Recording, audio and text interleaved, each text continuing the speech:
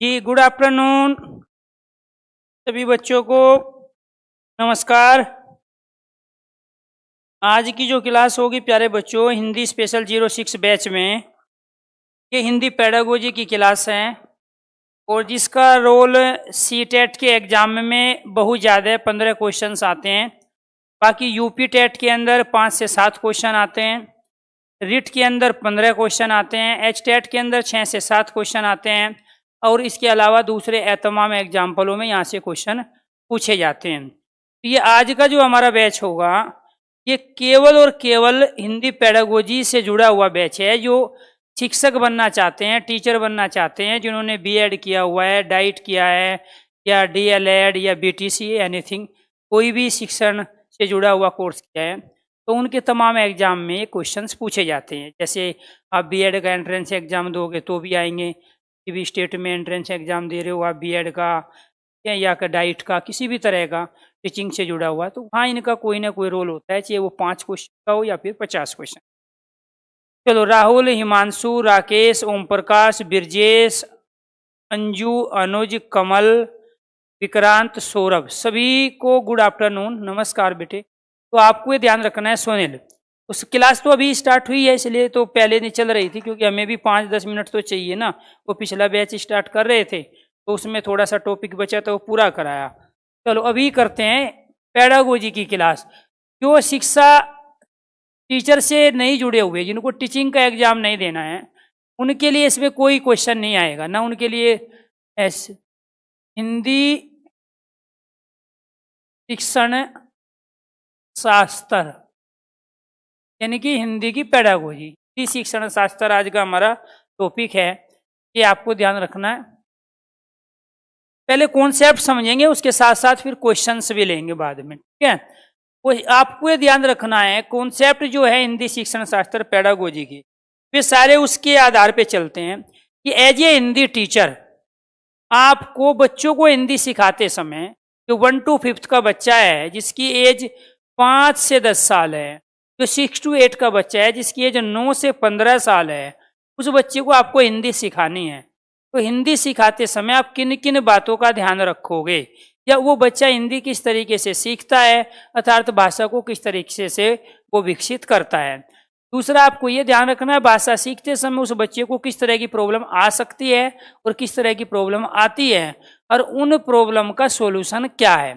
क्या as a teacher जो हम सोचते हैं, या एक सामान्य आदमी की तरह हम उस तरह से बच्चे को हिंदी की भाषा को विकसित कर सकते हैं, या एक टीचर का अपना एक अलग तरीका होता है इसी भाषा को सिखाने का और सामान्य आदमी का अलग होता है। हिंदी की भाषा को विकसित करने में वास्तव में विद्यालय की, समाज की क्या भूमिका है और उसमें किसका कितना रोल है और किस तरह से वे अपनी भूमिका को अदा करते हैं, तो वो भी आपको ये ध्यान रखना है। कॉन्सेप्ट को क्लियर करने के बाद ही इन तमाम पहलू, सिद्धांतों, प्रिंसिपलों और नियमों का आपको पता चलेगा। आपको ये ध्यान रखना है इन्हीं कॉन्सेप्ट से जुड़े हुए वहाँ क्वेश्चन भी पूछे जाते हैं प्यारे बच्चों। तो वहाँ एज ए टीचर आपका जो सबसे पहला रोल होता है वो होता है, एक तो प्यारे बच्चों भाषा अधिगम और भाषा विकास। भाषा अधिगम और भाषा विकास, ये आपको ध्यान रखना है। जो भी बच्चे हैं, लैंग्वेज के तरीके और मेथड हमेशा एक ही होते हैं। मैं हालांकि हिंदी वालों को ही पढ़ा रहा हूँ, लेकिन अगर कोई संस्कृत का टीचर बनना है, संस्कृत की पेडागोजी पढ़नी है या इंग्लिश की पेडागोजी पढ़नी है या उर्दू, अरबी, फारसी की पेडागोजी पढ़नी है, वो भी इसी के आधार पे चलेगा।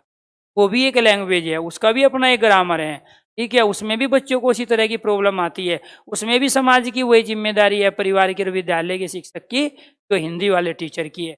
उसमें भी पाठ्यक्रम का वही रोल है, उसमें भी पुस्तक को एक साधन के रूप में हम प्रयोग करते हैं। तो मनीष, सत्यम, सुनील, राहुल, हिमांशु, राकेश, ओम प्रकाश, ब्रजेश, अनुज, ठीक है, अंजलि, सतीश, ओम, सभी को नमस्कार। तो आपको ये ध्यान रखना है भाषा अधिगम और भाषा विकास। टीचर का काम क्या है? सबसे टीचर का काम ये है कि बच्चे की भाषा को विकसित करना है। आपका काम किताब पढ़ाना नहीं है। किताब तो घर पे उसकी मम्मी और उसके पापा, उसकी बड़ी बहन, उसके बड़े भाई आपसे ज्यादा अच्छी पढ़ा लेंगे, वहां बच्चा जो विद्यालय में आता है, स्कूल में आता है, वो अपनी भाषा को विकसित करने के लिए आता है। और उस बच्चे की जो एज है वो 5 से 10 साल है। अगर प्राइमरी का बच्चा है, आप प्राथमिक लेवल के टीचर बनना चाहते हो, उसको पढ़ाना चाहते हो, और जो 6 to 8 में बच्चा बैठा है वो 9 साल से लेके 15 साल के बीच का है। यानी कि 6ठी 7वीं 8वीं के बच्चे की जो एज होती है वो मिनिमम 9 और मैक्सिमम 15 साल के बीच का बच्चा होता है। अब उसको भाषा का विकास करना है विद्यालय में आके, और टीचर का भी अपना जो सबसे बड़ा टारगेट है वो भी भाषा का विकास ही है। टीचर का जो मोटिव है, टीचर का जो उद्देश्य है, टीचर का जो लक्ष्य है, वो भी भाषा का विकास ही है। अर्थात तो हिंदी में वो अच्छे से अपने आप को कम्युनिकेट कर पाए, अच्छे तरह से वो कम्युनिकेशन कर पाए, अपने विचारों का आदान प्रदान कर सके, अपनी बातों को दूसरे को समझा दे और दूसरे की भी बातों को समझ ले, वही टीचर का सबसे बड़ा उद्देश्य है। तो आपको ये ध्यान रखना है, कोई भी टीचर जब विद्यालय में एंट्री करता है या क्लास में एंट्री करता है तो 2 उद्देश्यों के साथ जाता है, 2 एम के साथ जाता है, 2 टारगेट के साथ जाता है। एक टारगेट होता है उसका सामान्य और एक होता है उसका विशिष्ट, यानी कि एक जर्नल और एक स्पेशल। सामान्य उद्देश्य तो हमारा ये है कि जब भी हम क्लास में जा रहे हैं कि हमें उस बच्चे को आज कोई एक चैप्टर पढ़ाना है या उस चैप्टर से जुड़े हुए हमें कुछ टॉपिक को क्लियर करना है, कॉन्सेप्टों को बच्चे को समझाना है। विशिष्ट उद्देश्य ये है कि उस चैप्टर को हम इसलिए पढ़ा रहे हैं या उसके कॉन्सेप्ट को हम इसलिए कर रहे हैं ताकि बच्चे के पास शब्द भंडार में वृद्धि हो और बच्चा वास्तव में समाज में किस तरह से चीज़ों से हेल्प लेके अपनी पुस्तक के साथ जोड़ सकता है और पुस्तक से सीखी गई चीज़ों को किस तरह से वो समाज में इस्तेमाल कर सकता है, यूज कर सकता है, उसका यूटिलाइजेशन कर सकता है। यही हमारा एक विशिष्ट उद्देश्य होता है। केवल पाठ पढ़ाना एक छोटी सी बात होती है, एक छोटा सा उद्देश्य होता है, सामान्य उद्देश्य, जिसकी प्राप्ति एक टीचर के अलावा भी कहीं भी प्राप्त की जा सकती है। लेकिन भाषा का विकास केवल और केवल एक विद्यालय के अंदर उस टीचर की सबसे बड़ी भूमिका को अदा करता है। तो अभी ये जो अधिगम है इसको हम भाषा का सीखना भी बोलते हैं। क्या बोलते हैं? भाषा सीखना है। इसका मतलब भाषा सीखी जा सकती है। और दूसरा क्या है? भाषा अर्जन, भाषा को अर्जित भी किया जा सकता है। दूसरा क्या है?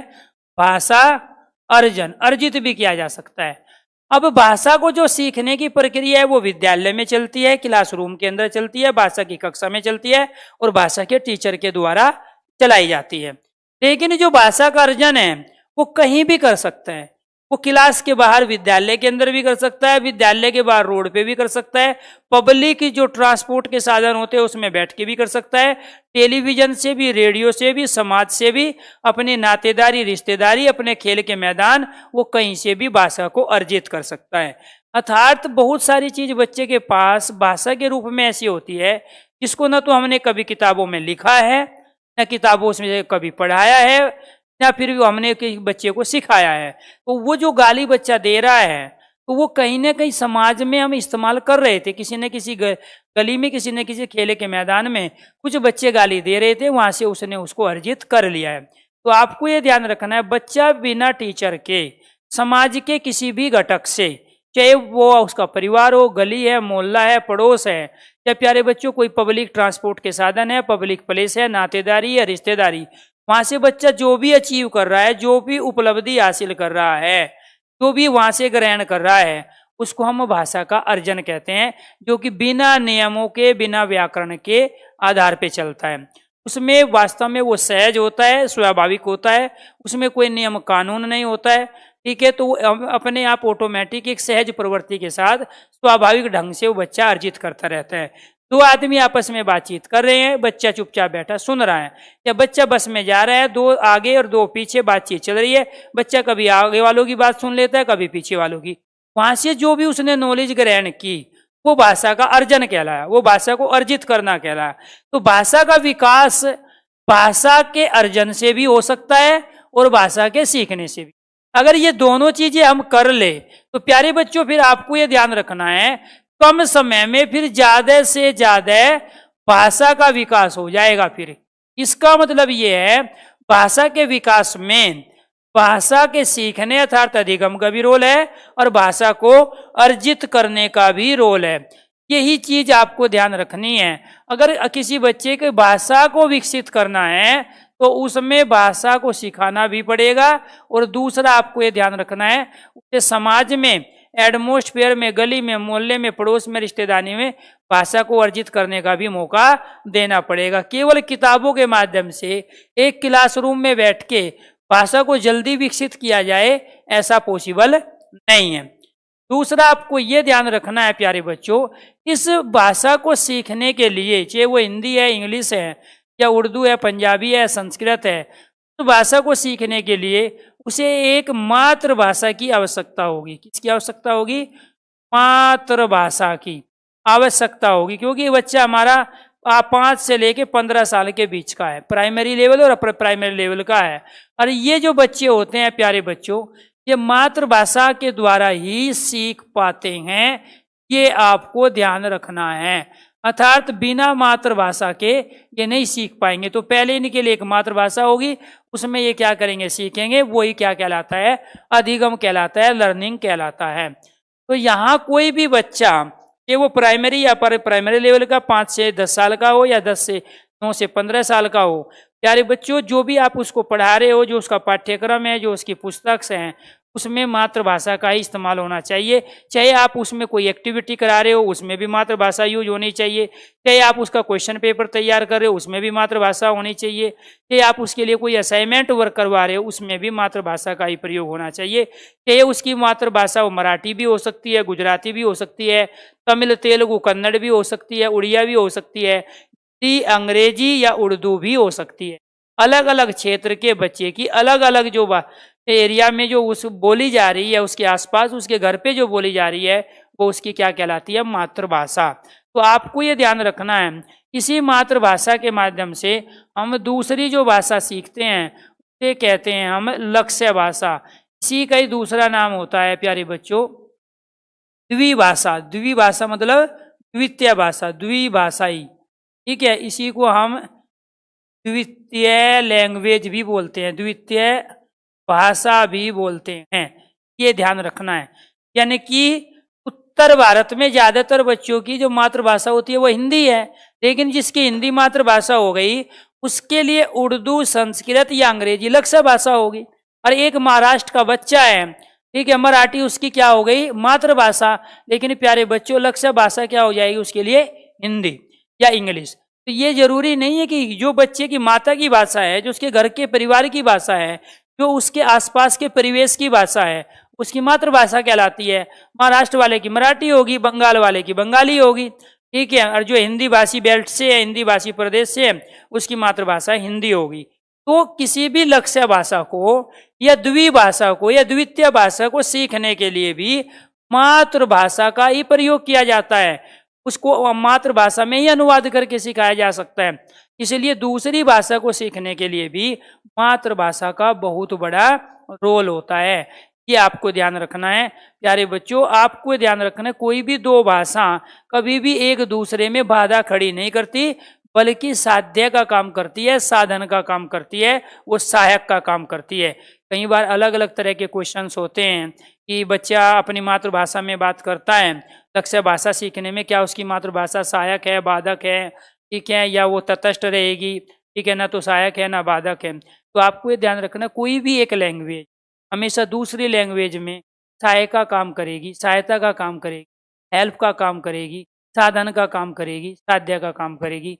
इसलिए कभी भी दो भाषाएं, चाहे दो अलग अलग विषय, कभी भी एक दूसरे में बैरियर खड़ा नहीं करते हैं, अड़चन खड़ी नहीं करते हैं, बल्कि उसमें सहायक का काम करते हैं। इसीलिए बच्चे की 1 to 5th में हम दो भाषाएं रखते हैं और 6 to 8 में त्रिभाषा फार्मूला हम लागू करते हैं, हम त्रिभाषा सूत्र भी कहते हैं। उसमें एक इंटरनेशनल लैंग्वेज देते हैं उसको, एक नेशनल लैंग्वेज देते हैं, और एक उसकी अपनी मातृभाषा या राज्य की भाषा होती है। तो आपको ये ध्यान रखना है प्यारे बच्चों कि दो भाषा उसको इसलिए दे रहे हैं कि जो वो एज चल रही है उसकी, वो भाषा के विकास की एज चल रही है। 5 से 10 साल के बच्चे की जो एज है प्यारे बच्चों, अपने आप में भाषा को विकसित करने की एज, या 5 से 15 साल की जो एज है प्राइमरी या प्राइमरी में दोनों में मिला के, वो भाषा के विकास की एज है। अगर एक 45 या 50 साल के किसी व्यक्ति को आप भाषा सिखाना चाहो और एक 15 साल के किसी बच्चे को भाषा सिखाना चाहो, वो 45 या 50 साल का व्यक्ति बहुत ज़्यादा समय लेगा आपसे भाषा सीखने। लेकिन जो 15 साल का बच्चा है, जो 5 साल का बच्चा है, 10 साल का बच्चा है, वो बहुत कम समय में सीख जाए। क्यों? क्योंकि उसकी जो एज चल रही है वो वास्तव में भाषा के विकास की ही एज चल रही है। इसीलिए आपको कराना क्या था? भाषा का विकास, क्योंकि टीचर की जिम्मेदारी यही है। और भाषा का विकास किसे कहते हैं? जब बच्चा अपने विचारों को स्वतंत्र रूप से अभिव्यक्त कर पाए, उसको मौखिक रूप से बता भी पाए, लिखित रूप में लिख भी पाए, और सांकेतिक रूप में उसको भाव भंगिमाओं के द्वारा उसका प्रदर्शन भी कर पाए, उसको कहते हैं भाषा का विकास। क्या कहते हैं उसको? भाषा का विकास। यानी कि अपने भाव अभिव्यक्ति को, अपने विचारों की अभिव्यक्ति को जब प्यारे बच्चों वो मौखिक रूप में, लिखित रूप में, सांकेतिक रूप में अपने हाव भाव के द्वारा प्रदर्शन कर दे, तभी हम मानेंगे कि वो क्या कहलाएगा? भाषा का विकास। तभी टीचर की, हिंदी के टीचर की अपनी ड्यूटी कंप्लीट होगी। इसके बाद में 4th जो पॉइंट है वो है भाषा के कौशल। अब आपको ये ध्यान रखना है प्यारे बच्चों, भाषा के जो कौशल है ये अपने आप में 4 कौशल होते हैं, लेकिन धीरे धीरे अभी हम बढ़ा रहे हैं इन कौशल, ठीक है? क्योंकि जरूरी नहीं है जो चीज किताबों में लिख दी वही पूरी। जब हम रोजमर्रा की जिंदगी में काम करते हैं ना, तो उसमें कुछ कम भी होते हैं और उसमें कुछ ऐड भी होती है चीजें। तो भाषा के कौशल आपको ये ध्यान रखना, हम स्किल को कहते हैं, लैंग्वेज स्किल होते हैं। ये 4 कौशल होते हैं। इस मातृभाषा लक्ष्य भाषा को सिखाने के लिए इन 4 कौशलों का आपको सहारा लेना पड़ेगा। एक तो आपका कौशल है सुनना, दूसरा प्यारे बच्चों है बोलना, तीसरा कौशल है आपका पढ़ना, और इसके बाद में कौशल है प्यारे बच्चों आपका लिखना।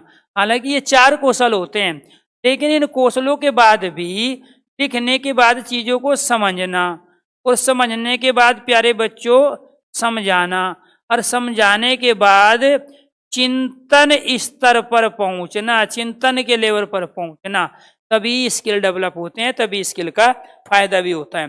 तो आज के टाइम में 1-2 क्वेश्चन ऐसा भी पूछ लिया जाता है। भाषा के कौशल 4 ही होते हैं।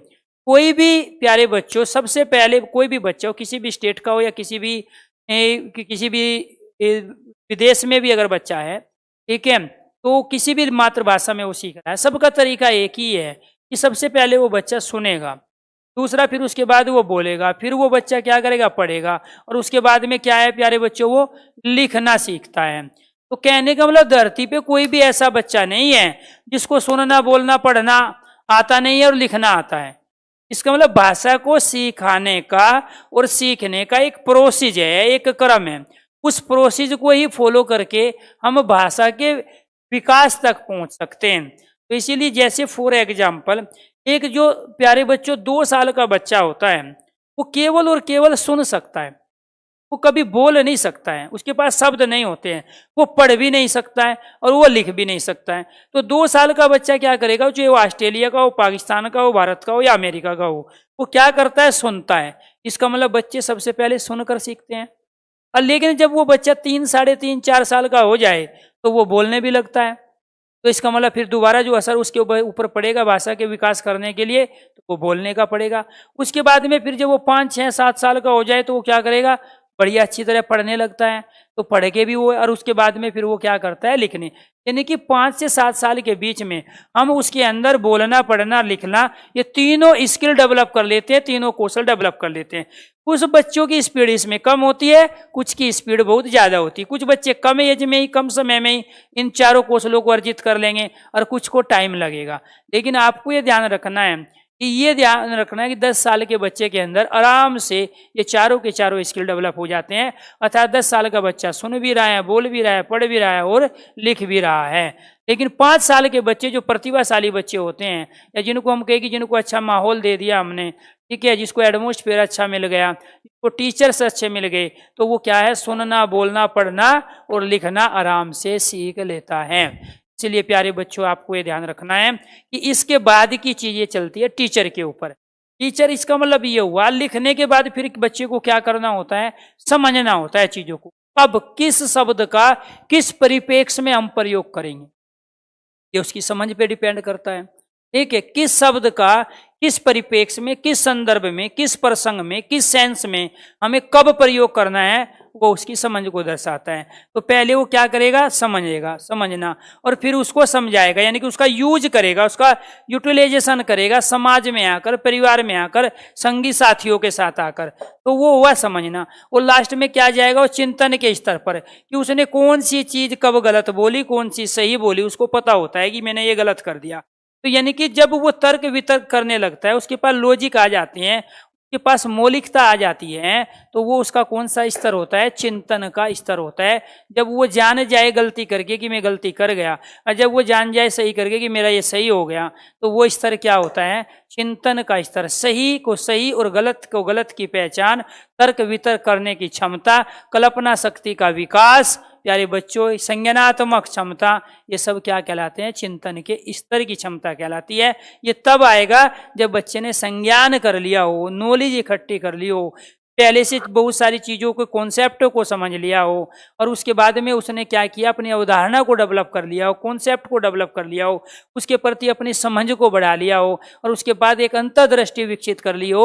उस अंतर्दृष्टि को, उस सूझ को, प्यारे बच्चों, उस प्रयोग को जो वो इम्प्लीमेंट कर लेता है आवश्यकता पड़ने पर अपने ज्ञान का, तो उसको हम क्या कहते हैं, चिंतन का स्तर कहते हैं। इसीलिए आपको उस बच्चे को कहाँ ले जाना है, चिंतन के स्तर पर ले जाना है। तभी आप as a language teacher, Hindi के टीचर, अपने आप को सही भूमिका में पाते हो। तो ये क्या था, भाषा के कौशल।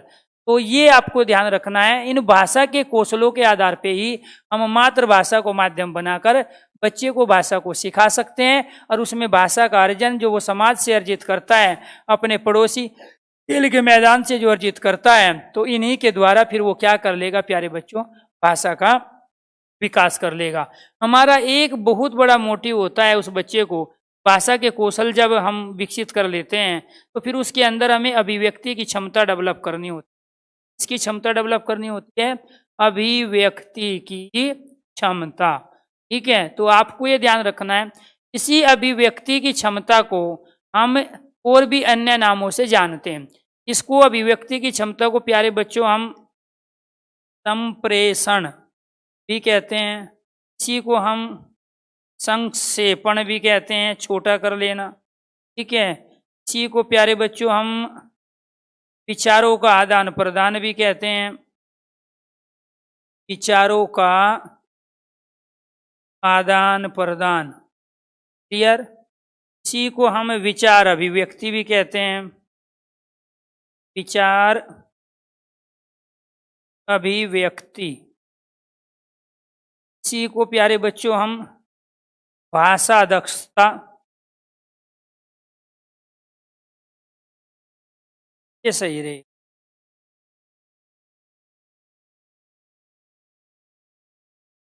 भाषा दक्षता,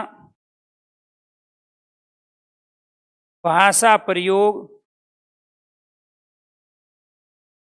भाषा क्षमता,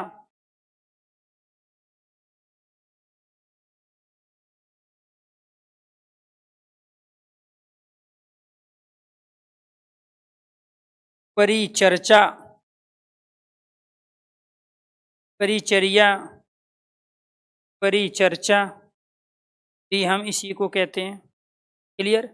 बात एक ही है, हम अभिव्यक्ति कहे, संप्रेषण कहे, एक स्थान से दूसरे स्थान पर किसी चीज को भेज देना, या प्यारे बच्चों संक्षेपण का मतलब छोटा करना किसी भी बहुत बड़ी चीज को। जैसे महात्मा गांधी का जन्म पोरबंदर गुजरात में हुआ, महात्मा गांधी की माता का नाम ये था, पिता का नाम था, इनकी प्रारंभिक शिक्षा गांव में हुई, 1917 में दक्षिण अफ्रीका से भारत लौटे, 1942 में भारत छोड़ो आंदोलन चलाया, 20 में असहयोग आंदोलन चलाया, और ये आंदोलन चला के देश को आज़ादी दिलाई। अब पूछे महात्मा गांधी कौन थे? अगर आप कहोगे कि उसके पुत्र थे, उसके पुत्री थी, अगर वो कहे कि उसमें राष्ट्रपिता थे, इसका मतलब ये हुआ कि आपने महात्मा गांधी के बारे में जो बहुत सारे विचार बनाए थे, बहुत सारी चीज़ें जो सीखी थी, कॉन्सेप्ट आपने हासिल किए थे, उनको अगर आपको शॉर्ट करना आ गया, संक्षेपण करना आ गया, तो इसका मतलब है अभिव्यक्ति की क्षमता, कम्युनिकेशन स्किल आप में डेवलप हो गया। अभिव्यक्ति मतलब है कम्युनिकेशन। तो यहाँ पर संप्रेषण का मतलब होता है, संक्षेपण का मतलब किसी भी चीजों को छोटे रूप में प्रकट कर देना, बहुत लंबा चौड़ा ना बता के कम से कम शब्दों में समझा देना। विचारों का आदान प्रदान भी इसे कहते हैं हम। विचार अभिव्यक्ति, विचार चर्चा, भाषा दक्षता, भाषा प्रयोग, भाषा क्षमता, परिचर्चा या परिचर्या भी प्यारे बच्चों हम इसी को कहते हैं। और ये अपने आप में जो अभिव्यक्ति होती है ये 3 प्रकार की होती है। एक होती है ये मौखिक रूप में, इसके रूप में होगी मौखिक अभिव्यक्ति, यानी कि जब बच्चा वर्बली चीजों को आपको समझा दे और आपकी चीज भी समझ ले तो वो क्या थी, मौखिक अभिव्यक्ति। एक थी लिखित, यानी कि वो लिख के दिखा दे, लिखित अभिव्यक्ति, वो लिख कर उसको प्रकट कर दे, जैसे पत्र लिखता है, प्रार्थना पत्र लिखता है जिसको आप एप्लीकेशन बोलते हो, या फिर वो कोई निबंध ऐसे लिखता है, वो क्या है, लिखित अभिव्यक्ति, लिख कर वो करा रहे।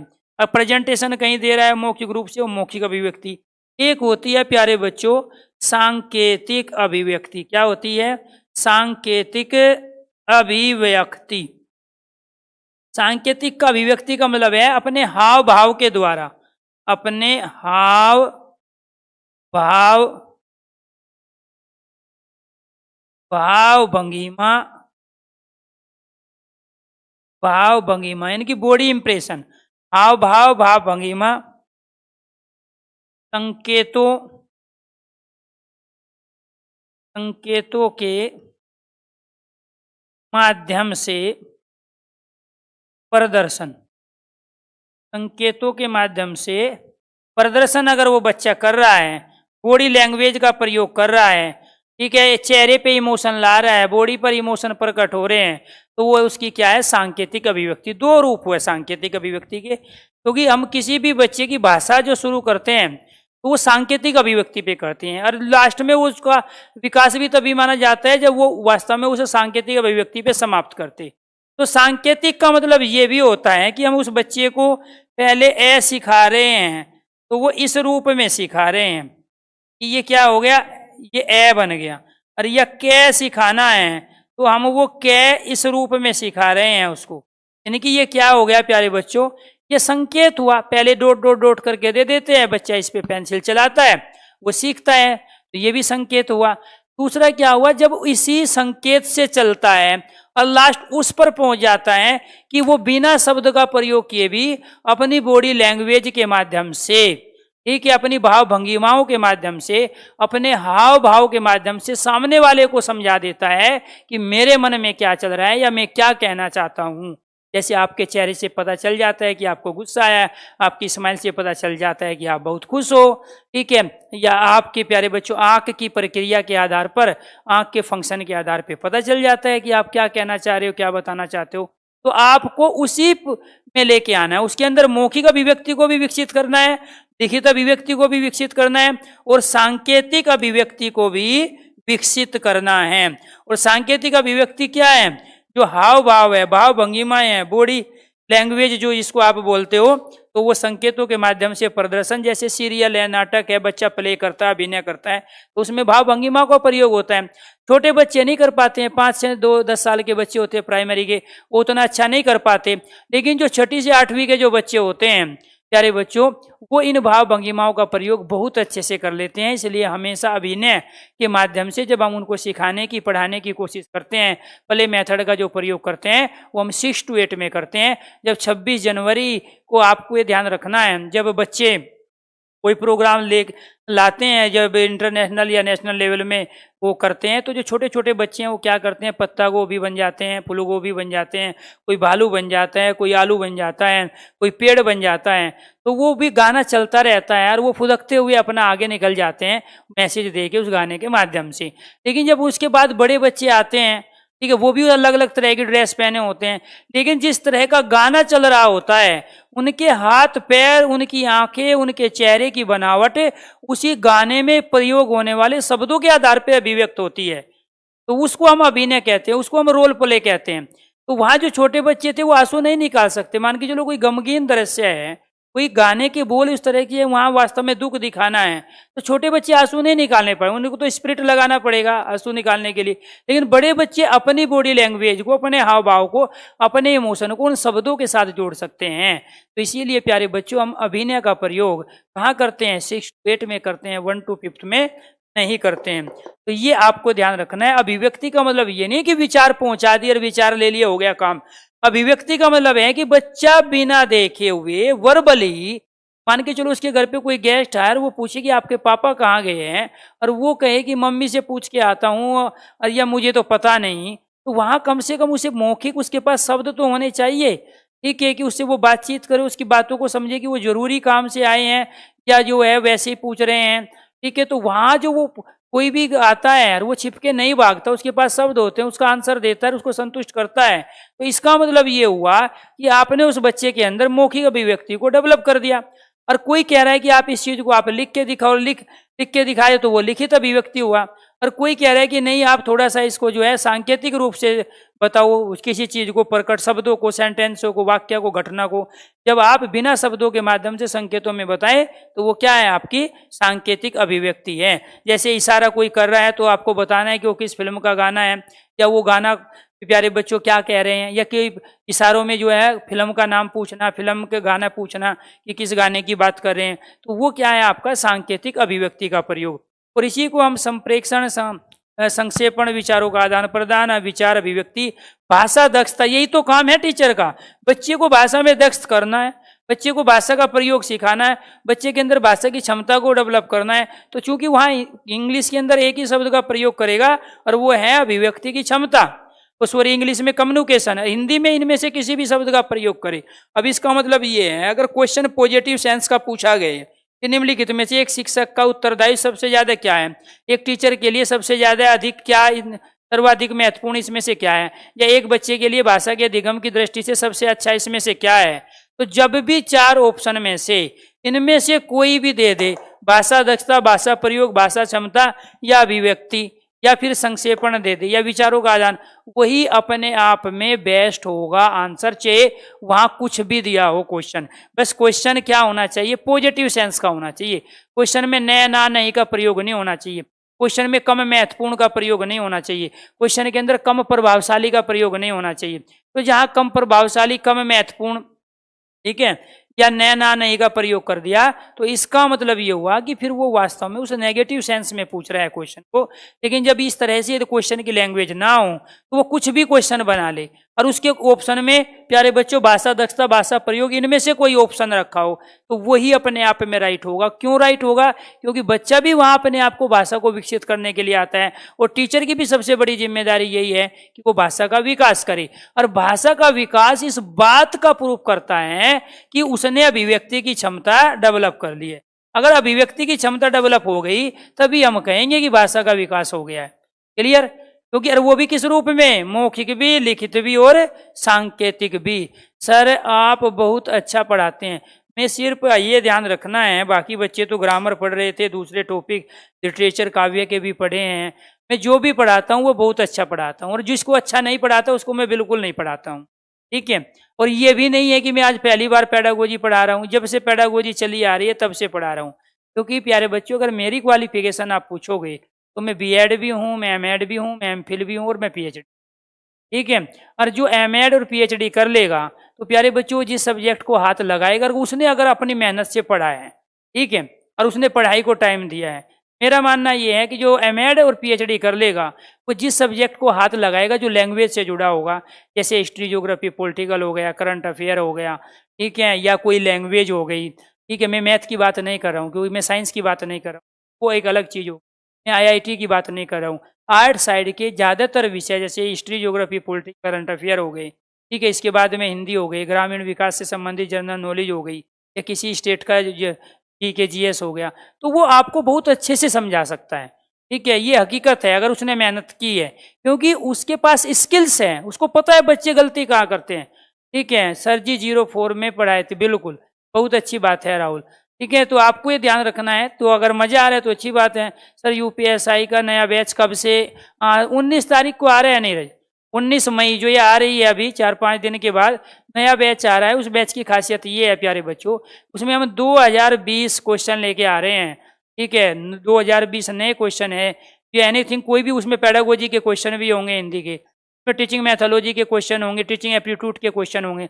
यानी कि 2020 के अंदर हमने टीचर भी, यूपीएसआई, यूपी कांस्टेबल, लेखपाल, ग्रामीण विकास अधिकारी, आरओ, एआरओ, समीक्षा सहायक समीक्षा अधिकारी, खाद्य, राजस्व या आबकारी विभाग के जो सब इंस्पेक्टर होते हैं उनको ध्यान में रख के भी, चाहे वो मंडी परिषद का एग्जाम हो, चाहे वो किसी भी स्टेट के टीचर का एग्जाम हो, सबको मिला के 2020 क्वेश्चन है विद सोल्यूशन।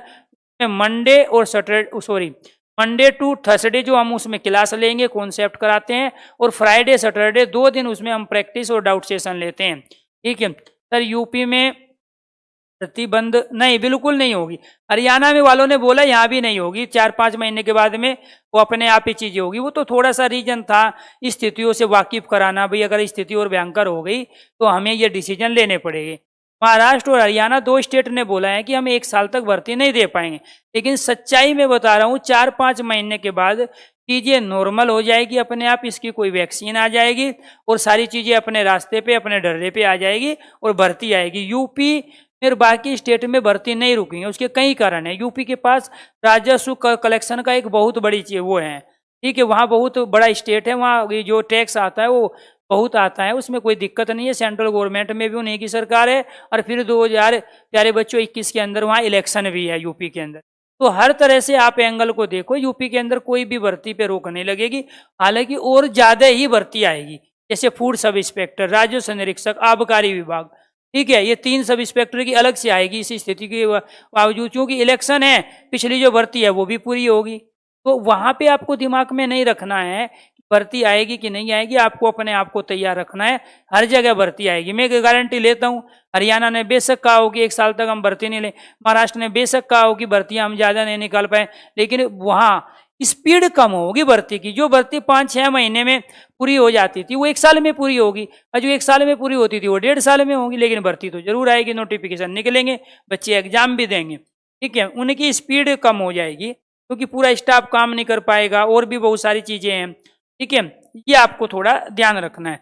चलो जी, ये क्या था, अभिव्यक्ति की क्षमता। तो आपको ये ध्यान रखना है प्यारे बच्चों, ये जो अभिव्यक्ति की क्षमता इस बात का प्रमाण है कि टीचर ने अपना काम बहुत अच्छे से किया है, टीचर ने अपना रोल बहुत अच्छे से अदा किया है। और टीचर का रोल क्या था, भाषा को विकसित करना।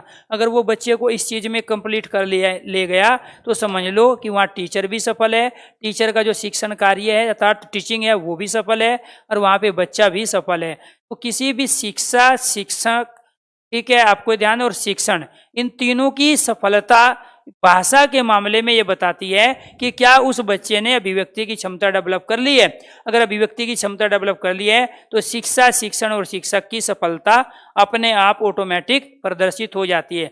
कल एलडीसी का बैच मैं बता तो रहा हूँ 19 तारीख से, ये कॉमन जो बैच है, बाकी जैसे लेखपाल की और इनकी बात करें हम दूसरे बैचों की, इसमें जीएस, रीजनिंग, मैथ और ये सारी चीज कराएंगे, वे बैच आएंगे 25 तारीख के बाद। लेकिन हिंदी स्पेशल का बैच इन सभी एग्जामों को ध्यान में रख के 19 तारीख से बैच लेके हम आ रहे हैं, ठीक है, 19 मई। चलो जी, ये तो था प्यारे बच्चों हमारा क्या, अभिव्यक्ति की क्षमता। क्लियर, ये तो आपने समझ लिया। अब इससे आगे बढ़ो, 5 पॉइंट आपके हुए, 5 पॉइंट मतलब 5 क्वेश्चन, तब ये 15 क्वेश्चन आते हैं, और ये मैं सारा जो है ना आपको 25 पॉइंट लिखवाऊंगा, और उन 25 में से ही वे 15 क्वेश्चन आएंगे घुमा फिरा के, ये आपको ध्यान रखना है। इसके बाद में छठा पॉइंट, 5वां तो हमने समझा दिया आपको, छठा पॉइंट जो आता है वो है भाषा वैज्ञानिक, भाषा वैज्ञानिक या शिक्षा शास्त्री या भाषा शिक्षा शास्त्री। अब इस भाषा वैज्ञानिक और भाषा शिक्षा शास्त्री में जो नाम आते हैं प्यारे बच्चों, एक नाम आता है चाम्स्की, चाम्स्की, एक नाम आता है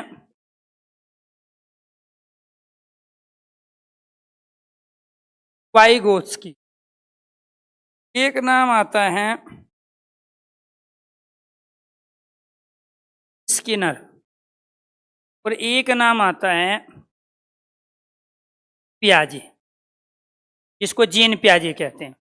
तो आपको ये ध्यान रखना ये 4 ही महत्वपूर्ण है, बाकी उनने चर्चा की लेकिन उनकी बातों को माना नहीं गया। तो इनको हम भाषा वैज्ञानिक, एमपी में तो सरकार लोन के नीचे दबी है, कोई दिक्कत नहीं, सब पे तो लोन रहता है, अमेरिका पे इतना कर्जा है फिर भी वहाँ आ सकती है। अब देखो ये चीजें ना जो तो आप न्यूज पेपर में पढ़ते हो, आज के टाइम में न्यूज पेपर से ज्यादा बकवास और झूठा कहीं नहीं चलता है, ठीक है।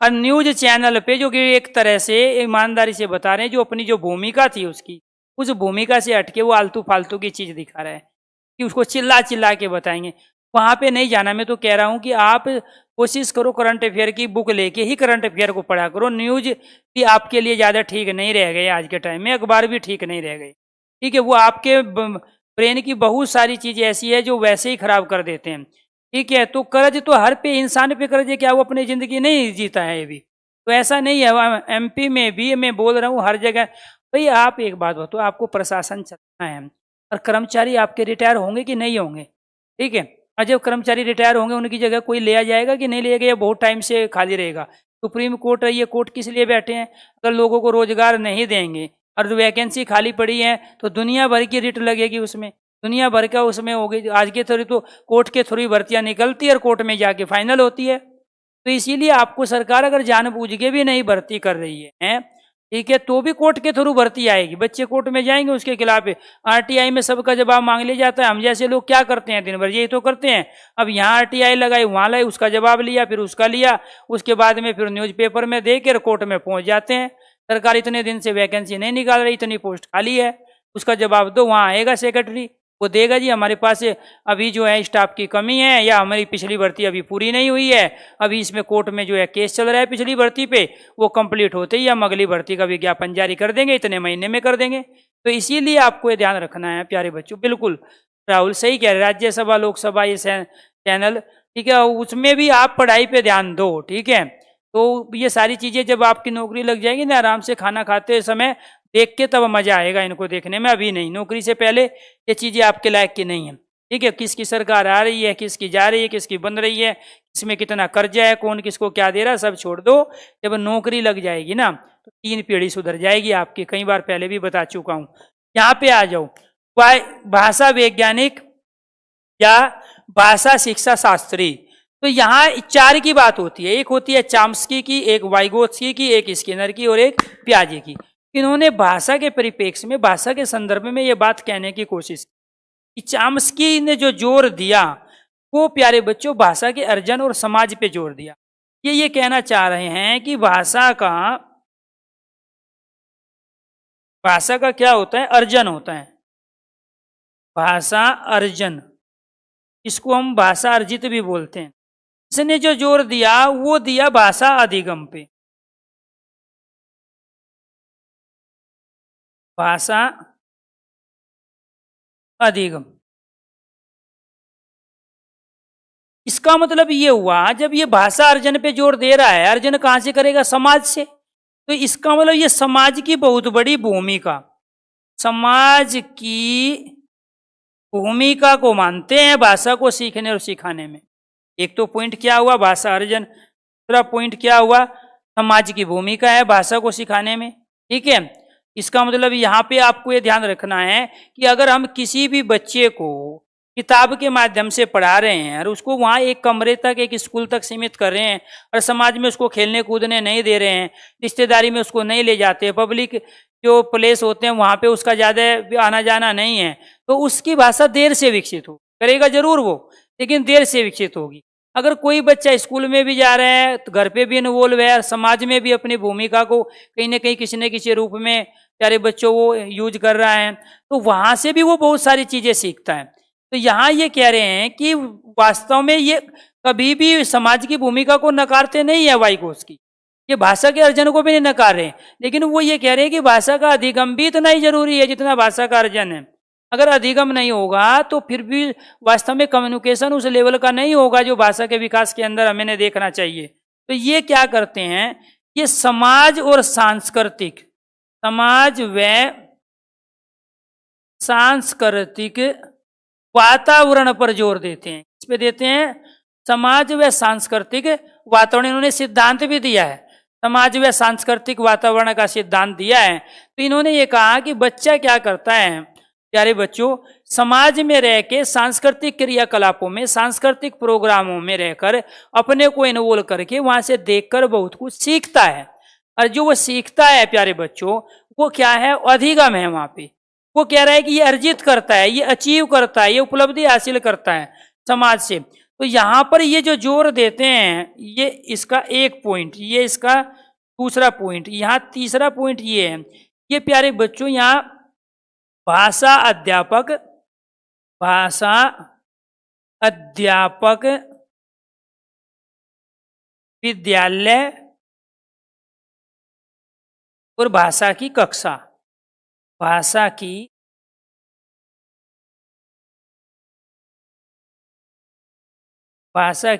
कक्षा अर्थात क्लास की भूमिका पर जोर दे रहे हैं। ये कहना चाह रहे हैं, चॉम्स्की ने ये कहा, भाई ये बताओ, जिस देश में वास्तव में अच्छी स्थिति नहीं है एजुकेशन की, स्कूल ही नहीं है, टीचर ही नहीं है, या टीचर है तो भाषा के अच्छे टीचर नहीं है, तो इसका मतलब क्या उसकी भाषा विकसित नहीं होगी? या पुराने समय में अगर हम भारत की बात करें, जो स्कूल में नहीं गए कभी, कॉलेज में नहीं गए कभी, क्या वो आपस में कम्युनिकेशन नहीं कर पा रहे हैं? क्या वो किसी फैक्ट्री के मालिक नहीं है? क्या वो किसी बड़े बिजनेसमैन नहीं है? तो आपको ये ध्यान रखना है कि अगर वो नेता भी है और उसकी एजुकेशन ज़्यादा नहीं, वो 5वीं 10वीं पास है, तो वो भी अच्छे से अपने आप को कम्युनिकेट कर पा रहा है, वो भी अच्छे से बोल पा रहा है। तो चॉम्स्की उसी बात को कह रहे हैं कि ये जरूरी नहीं कि विद्यालय होगा, उसमें भाषा की कक्षा होगी, भाषा का शिक्षक होगा, तभी भाषा को विकसित किया जा सकता है। वो बात किसी से भाषा को अर्जित भी किया जा सकता है, भाषा को में समाज की भूमिका के द्वारा भाषा को प्यारे बच्चे अचीव किया जा सकता है, भाषा के आदान प्रदान के द्वारा भाषा को सीखा जा सकता है। वो चॉम्स्की इस बात को पे जोर दे रहे हैं। और ये यहाँ जो जोर दे रहे हैं प्यारे बच्चों, वाइगोत्स्की वो कह रहे हैं कि भाषा को अर्जित करने के साथ साथ भाषा का अधिगम भी जरूरी है। अगर आपको कम समय में भाषा को बहुत अच्छे तरीके से सीखना है, बहुत तरह से भाषा का विकास करना है, तो आपको समाज व सांस्कृतिक प्रोग्राम में भी हिस्सा लेना पड़ेगा। सांस्कृतिक वातावरण भी एक बहुत बड़ी भूमिका निभाता है, और उसमें एक भाषा का अध्यापक और एक विद्यालय और एक भाषा की कक्षा की भी बहुत बड़ी भूमिका होती है। इसीलिए ये भाषा के अर्जन पे ध्यान देते हैं और ये भाषा के अधिगम पे। और हमने यहाँ ऊपर बताया कि भाषा का अधिगम भी और भाषा का अर्जन, ये दोनों ही भाषा के विकास में अपनी भूमिका अदा करते हैं, अर्थात इन दोनों के द्वारा ही भाषा का विकास किया जा सकता है। तीसरा आपको ये ध्यान रखना है प्यारे बच्चों, तो इन्होंने यहाँ पे बात कही, ठीक है, वो फोर्थ पॉइंट जो है, इन्होंने एक सिद्धांत दिया, ठीक है, वाक सिद्धांत, वाणी का सिद्धांत दिया है, वाक संकल्पना,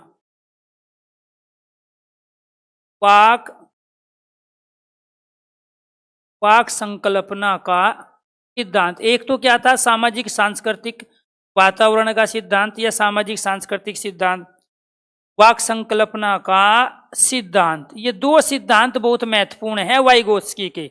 एक तो है वाक, वाक कहते हैं वाणी।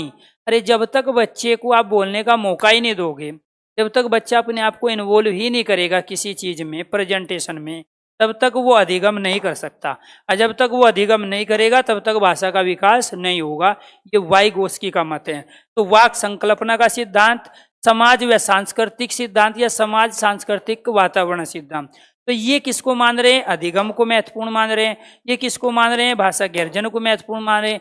ये क्या कह रहे हैं कि समाज की अपनी भूमिका होती है, बच्चे का समाज जैसा होगा ऐसे उसके भाषा का विकास होगा। ये कह रहे हैं कि बच्चे को जैसा हिंदी का टीचर मिलेगा, जैसे उसे हिंदी की क्लास मिलेगी, जैसा बच्चा वो सीखेगा ऐसा ही उसका विकास होगा। समाज को ये भी नहीं नकार रहे, क्योंकि दोनों का ही अपना रोल है। तो इसीलिए प्यारे बच्चों आपको ये ध्यान रखना है कि यहाँ चॉम्स्की ने वो बात कहने की कोशिश की कि जिस समय विद्यालय नहीं थे, जिस समय कॉलेज नहीं थे, जिस समय हिंदी के टीचर नहीं थे अच्छे, क्या उस समय बच्चे भाषा नहीं सीख रहे थे? क्या उस समय बच्चे वो आपस में विचारों का आदान प्रदान नहीं कर रहे थे? क्या उस समय उनके अंदर भाषा का प्रयोग करने की क्षमता नहीं थी? तो इसीलिए बात दोनों की ही सही है। इसके बाद स्किनर ये कहना चाह रहा है कि यहाँ भाषा जो होती है वो अनुकरण के द्वारा सीखी जाती है। ये किस पे जोर देता है? कि अनुकरण पे जोर देता है। एक तो इन्होंने कहा अनुकरण का सिद्धांत, ठीक है, अनुकरण का सिद्धांत दिया। दूसरा इन्होंने पुनर्बलन, रिस्फोर्समेंट, पुनर्बलन की बात की। पुनर्बलन का सिद्धांत काम करता है।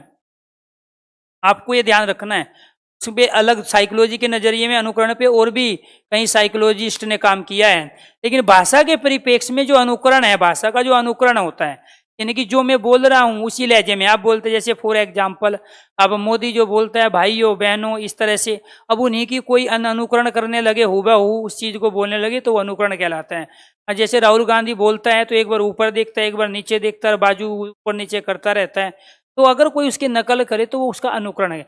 यानी कि हम एज इट इज जब किसी की कॉपी करने लगे, या अपने टीचर की, गुरु की, एनीथिंग किसी की भी हम कॉपी करने लगे, तो वो क्या कहलाता है? अनुकरण कहलाता है। किसी के बनाए रास्ते पे चल रहे हैं और वो लकीर के फकीर हम हो गए, तो वो क्या कहलाता है? अनुकरण कहलाता है। वो ये कहना चाहते हैं स्किनर, भाई आप इसको अधिगम को भी छोड़ दो और अर्जन को भी छोड़ दो। हमने ये देखा है कि बच्चे को समाज भी हमने बहुत अच्छा दिया, और उसने वास्तव में वहाँ भाषा को भी उसने जो है अचीव किया, अर्जित किया, और टीचर भी हमने बहुत दिए। उसके बावजूद भी हम ये देख रहे हैं कि बहुत सारे बच्चे अब तक भाषा में कम्युनिकेशन ही नहीं कर पा रहे हैं, भाषा का विकास ही नहीं हुआ उनका, भाषा क्षमता का विकास ही नहीं हुआ उनकी। तो वो इसका मतलब ये हुआ कि टीचर के अच्छे होने से, समाज के अच्छे होने से, या सांस्कृतिक प्रोग्रामों में भाग लेने या ना लेने से इतना फर्क नहीं पड़ता जितना बच्चे के अनुकरण पे पड़ता है। एक ही परिवार में 4 बच्चे हैं और वे चारों बच्चों को एक तरह का समाज, एक तरह की रिश्तेदारी, एक तरह का सांस्कृतिक माहौल मिल रहा है, एक तरह की क्लास भी मिल रही है और टीचर भी मिल रहे हैं। उसके बावजूद भी उन चारों का जो भाषा का स्टैंडर्ड है, भाषा का लेवल है, भाषा का विकास है, वह कम्युनिकेशन जो क्षमता है उन बच्चे की, वो चारों की अलग अलग है। तो इसका मतलब ये हुआ कि भाषा सीखने में न तो अधिगम इतना सहायक होता, न भाषा अर्जन इतना सहायक होता, न टीचर की इतनी बड़ी जिम्मेदारी है, न समाज की, बल्कि बच्चे के खुद के अनुकरण करने की। तो जो जितना ज्यादा अनुकरण कर पा रहा है उतना ही जल्दी भाषा को अच्छे तरीके से सीख पाता है, समझ पाता है, भाषा को विकसित कर पाता है। अर्थात भाषा का विकास बच्चे के अनुकरण पे डिपेंड है। तो जो जितना ज्यादा अनुकरण करेगा, अब मैं सबको एक साथ पढ़ा रहा हूं, कोई मेरे से 100% सीख रहा है, कोई 80% और कोई 60%। तो इसका मतलब ये हुआ कि वहां अनुकरण के आधार पर अगर आपने उसको रास्ता बता दिया और सही रास्ते उसके आपने बता दिए और बच्चा उन चीजों को समझ पा रहा है, उसका अनुकरण कर पा रहा है, अर्थात उसको साथ के साथ पुनर्बलन मिल रहा है, रिस्पोर्समेंट, जो कि पॉजिटिव और नेगेटिव दोनों तरह का होता है, सकारात्मक भी होता है और नकारात्मक भी होता है। ठीक है, तो सकारात्मक क्या है? आपने प्रशंसा कर दी, नकारात्मक क्या है? आपने डांट दिया, पुरस्कार दे दिया और दंड दे दिया। तो आपको ये ध्यान रखना है कि रिस्पोर्स, बच्चे ने कुछ भी गलती की है और उस गलती का तुरंत उसको दंड मिलता है, बच्चे ने कुछ भी चीज अच्छी की है और उसको आप प्रशंसा या पुरस्कार आप उसको दे रहे हो, तो इसका मतलब वहां से बच्चा कुछ नहीं है, क्योंकि हमारा बच्चा 5 से 15 साल के बीच का है, क्योंकि जो प्राइमरी में 5 से 10 साल का है और अब अपर प्राइमरी में जो है वो 10 से या 9 से 15 साल का बच्चा है। तो उसको रिस्पोर्समेंट की आवश्यकता है, पुनर्बलन की आवश्यकता है, उसे प्रशंसा भी चाहिए। जब वो अच्छा करेगा तो उसको गुड, वेरी गुड, शाबाश उसको देना पड़ेगा, बोलना पड़ेगा उसको, ठीक है। लेकिन जब वो गलत करेगा उसका नंबर भी काटने पड़ेंगे, उसको डांटना भी पड़ेगा, उसको सर्कल भी करना पड़ेगा, उस पर क्रॉस भी करना पड़ेगा, उसको बताना पड़ेगा देखो बेटे आपने ये गलती की है और ये सही। इसलिए बच्चा पुनर्बलन के माध्यम से, रिस्पोर्समेंट के माध्यम से भी भाषा को सीखता है, विकसित करता है। ये किसने कहा? स्किनर ने कहा, पुनर्बलन कहा और अनुकरण कहा। ठीक है, इसके बाद में आपको ये ध्यान रखना, पियाजे ये कहना चाह रहे हैं कि बच्चा जो करता है ना, वो अपनी आयु के आधार पर चीजों को अचीव करता है। और दूसरा जो इन्होंने कहा कि वो संज्ञान के आधार पे करता है, ठीक है। और तीसरा जो इसने कहा वो संक्रिया के आधार पे करता है, इस पे करता है संक्रिया, यानी कि आयु, संज्ञान और संक्रिया। संज्ञानात्मक सिद्धांत इन्होंने दिया, तो संज्ञानात्मक सिद्धांत यही कह रहा है कि बच्चा अपनी आयु के आधार पे सीखता है। पियाजे ये कहना चाह रहा है कि जो 0 से 2 साल का बच्चा है, आप उसको विद्यालय दोगे, उसको अच्छा टीचर भी दो, अच्छा समाज भी दो, ठीक है, तो वो कुछ नहीं करेगा, क्योंकि बच्चे की भाषा का विकास उसकी आयु पे डिपेंड करता है। जब उसकी आयु होगी तो कुछ न कुछ अर्जित भी करेगा, कुछ न कुछ वो अधिगम भी करेगा, लर्निंग भी करेगा। तो हाँ, बिल्कुल कराएंगे प्रैक्टिस, ठीक है। बाकी जो सीटेट का हमारा बैच है उसमें तो ऑलरेडी हम करा ही रहे हैं। सुबह 8 से 9:30 बजे के बाद में जो बैच होता है हमारा, वो सीटेट में होता है 9:30 से 11। तो उन बच्चों के लिए बता दें जो वास्तव में तैयारी करना चाहते हैं, तो अभी भी एडमिशन आपका हो सकता है अगर आप लेना चाहते हो। तो सीटेट का हमारा 2020 का जो बैच चल रहा है, क्लासेस उसमें हो चुकी है, वो वीडियो सारी आपको एग्जाम तक मिलेगी, तो 5 जुलाई को आपको एग्जाम, ठीक है। अदरवाइज दूसरा सुपर टेट का भी बैच है, ठीक है, उसके बाद जो है उसमें भी मेरी क्लास होती है 11 बजे से 12:30, ठीक है। फिर 12:30 से आपके पास है, आज जब आपके पास नहीं होती क्लास होती है। तो कहने का मतलब ये है कि अगर आपको सीटेट के पर्पज से करना है, सारे बैचों में भी अभी भी एडमिशन है, अगर आपको जो आप ले सकते हो। लेकिन अगर आप बाकी चीज़ों की तैयारी कर चुके हो तो ये रहेंगे, इसमें पेडागोजी के क्वेश्चन की प्रैक्टिस कराएंगे जब एक बार पेडागोजी को कंप्लीट कर लेंगे तब, ठीक है। प्याजे क्या कहना चाह रहा है? प्याजे कह रहा है कि आप भाषा का अर्जन, भाषा का अधिगम तब करेगा जब उसकी आयु हो। अब बच्चा छोटा है, 0 से 2 कैसे कर लेगा? जब 2 से 7 साल के बीच है, 7 से 11 साल के बीच है, 11 साल से बड़ा बच्चा है, तो सबका अपने आयु के आधार पर सीखने का स्टैंडर्ड लेवल अलग अलग है। और जब अलग अलग लेवल है तो उसी के आधार पे करेगा। 0 से 2 साल का बच्चा केवल इंद्रियों के माध्यम से सीखता है, ठीक है। इसके बाद में 2 से 7 साल का बच्चा जो होता है वो क्रिया के आधार पे सीखता है, और उसका बाद जो प्यारे बच्चों जो 7 से 11 साल का बच्चा होता है वो इम्प्लीमेंट के आधार पे सीखता है, चीज़ों को खुद करके सीखता है। बिल्कुल, अगर आप सुपर टेट में भी हो तो और अच्छी बात है, ठीक है। तो आपको ये ध्यान रखना है। शाबाश राहुल, इसका मतलब आप तो पूरे ही, ठीक है, जो है ना विद्वान बन जाओगे। सारी चीज़ें आपने पेडागोजी भी सीख ली, ग्रामर भी सीख लिया, काव्य लिटरेचर भी सीख लिया, ठीक है, अच्छी बात है। कम से कम हिंदी से तो फ्री होंगे आप। तो इसके बाद वो क्या कहना चाह रहा है? संज्ञान होना चाहिए, संज्ञानात्मक विकास। जब तक बच्चे को कुछ प्रीवियस नॉलेज होगी नहीं, पहले से कुछ ज्ञान ही नहीं होगा, जब वो घर में खेल रहा था, कूद रहा था, स्कूल नहीं जा रहा था, तो स्वाभाविक बात है उसको समझाने में थोड़ा टाइम लगेगा। तो बच्चे के पास कुछ न कुछ प्रीवियस नॉलेज होनी चाहिए, कुछ न कुछ बच्चे का पहले से ज्ञान होना चाहिए, उसको सही और गलत की थोड़ी बहुत पहचान होनी चाहिए, उसे सजीव और निर्जीव में अंतर पता होना चाहिए, ठीक है। तो इसीलिए उसने कहा कि भाषा को हम तभी सिखा सकते हैं, इसीलिए तो माना गया कि 5 साल से लेके, 5 साल से पहले तो नहीं कहा भाषा की एज, 5 साल से पहले प्यारे बच्चों जो 2 ही एज होती है, एक होती है शारीरिक विकास की एज और दूसरी होती है संवेगात्मक विकास की एज। कोई भी बच्चा जो छोटा होता है उसको हम दिन में 10 से 12 बार खाना खिलाने की कोशिश करते हैं, थोड़ा थोड़ा, क्योंकि थोड़ा खाता है वो, भूखा हो जाता है, रोने लगता है, फिर खिलाते हैं। प्ले स्कूल में बच्चा जाता है, सबसे ज़्यादा ध्यान टिफिन बॉक्स पे होता है, आज ये लाना है, कल को ये लाना है, परसों के, क्योंकि वो जो एज चल रही है ना प्ले स्कूल में बच्चे की, वो शारीरिक विकास की एज चल रही है। तो पहला जो विकास सबसे ज़्यादा ध्यान दिया जाता है बच्चे का, वो शारीरिक विकास है। और वो बच्चे के पेट में रहने तक, गर्भधारण से लेकर जब तक वो बाहर आता है और 1, 1.5, 2 साल तक का वो होता है या 3 साल तक, वो शारीरिक विकास पे ही सबसे ज़्यादा फोकस होता है, चाहे उसका कोई टीचर हो, चाहे उसकी मदर्स हो, या एनीथिंग घर परिवार के कोई भी मेंबर हो। उसके बाद जैसे बच्चा 3 साल से ऊपर का होता है तो संवेगात्मक विकास की जो, वहाँ बच्चों के अंदर गुस्सा भी आएगा, वहाँ वो प्रेम भी दिखाएगा, वहाँ उसको डर भी लगेगा, भय है, उत्तेजना है, क्रोध है, प्रेम है, प्यार है, वो इमोशंस उसके होते हैं। तो वहाँ वो संवेगात्मक विकास है। ऐसा नहीं है बच्चा गुस्सा कर रहा है आप भी गुस्सा करके बच्चे को मार रहे हो, इसका मतलब है कि आपने कहीं ना कहीं बहुत बड़ा नुकसान बच्चे के लेवल पर कर दिया है। तो वहाँ पे क्रोध है तो प्यार से उस चीज को आपको जीतना है। तो वो जो एज है तो वो संवेगात्मक विकास है। ऐसा नहीं है कि वो 5 साल में ही खत्म, वो चलेगी लंबे समय तक, 12-13 साल तक संवेगात्मक चलता रहे, लेकिन वास्तव में वो जो वहां से शुरुआत होती है, ऐसी 5 साल से बच्चे के भाषा के विकास की शुरुआत होती है और 15 साल तक चलती है। और सिखाने को तो 60 साल का बूढ़ा भी सीखता है भाषा को, लेकिन वास्तव में अच्छी तरह से भाषा को कब सिखाया जा सकता है? 5 से 15 के बीच में। तो वहां प्याजे ये कहना चाहता है कि आयु जैसी होगी उस आधार पे वो प्यारे बच्चों संज्ञान करेगा, और जैसा उसका संज्ञान होगा उस आधार पे वो अपनी क्रिया करेगा। तो जब तक बच्चे की आयु ना हो, बच्चे एक तरह से मैच्योर ना हो चीजों को सीखने में, और दूसरा उससे कुछ प्रीवियस नॉलेज ना हो, तब तक वो क्रिया नहीं करेगा। और जब वो क्रिया करने लगेगा, उसे संज्ञान भी होगा, तो अपने आप ऑटोमेटिक वो क्या है, धीरे धीरे तमाम साधनों से, हिंदी की कक्षा से भी, इन सब से फायदा उठा के भाषा का विकास कर लेता है। इसमें सिर्फ मैं हिंदी की कराऊंगा, साइंस की पेडागोजी तो साइंस उसमें बैच में होगी प्रीति।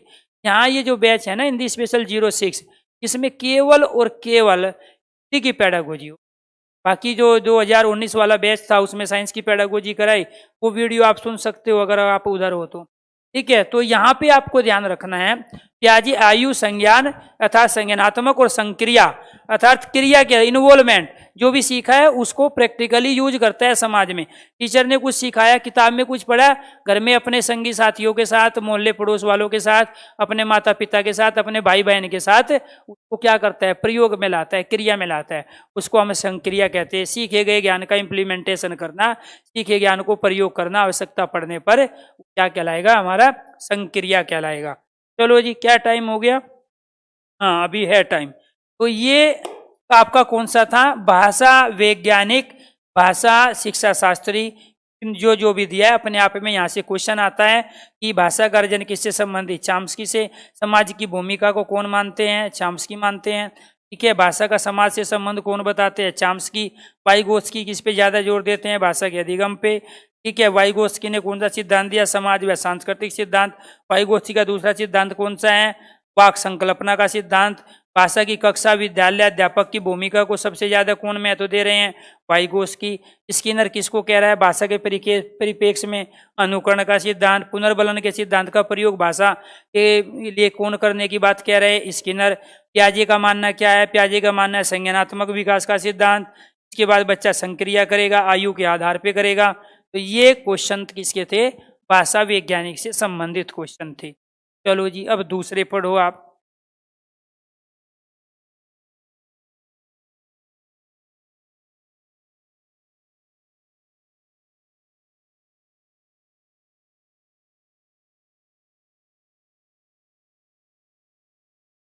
अब पॉइंट क्या आया? 7 पॉइंट ये कहता है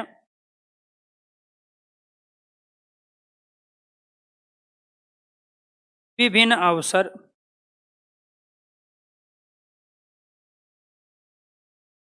अनेक अवसर, अलग अलग गतिविधि,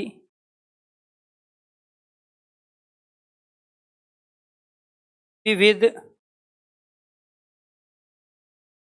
क्रियाकलाप,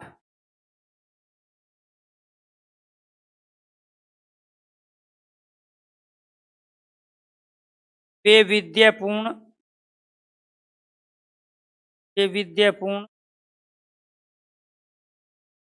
ढंग, विद्यापूर्ण ढंग,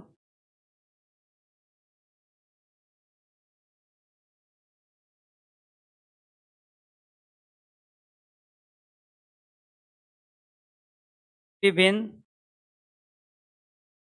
तरीके।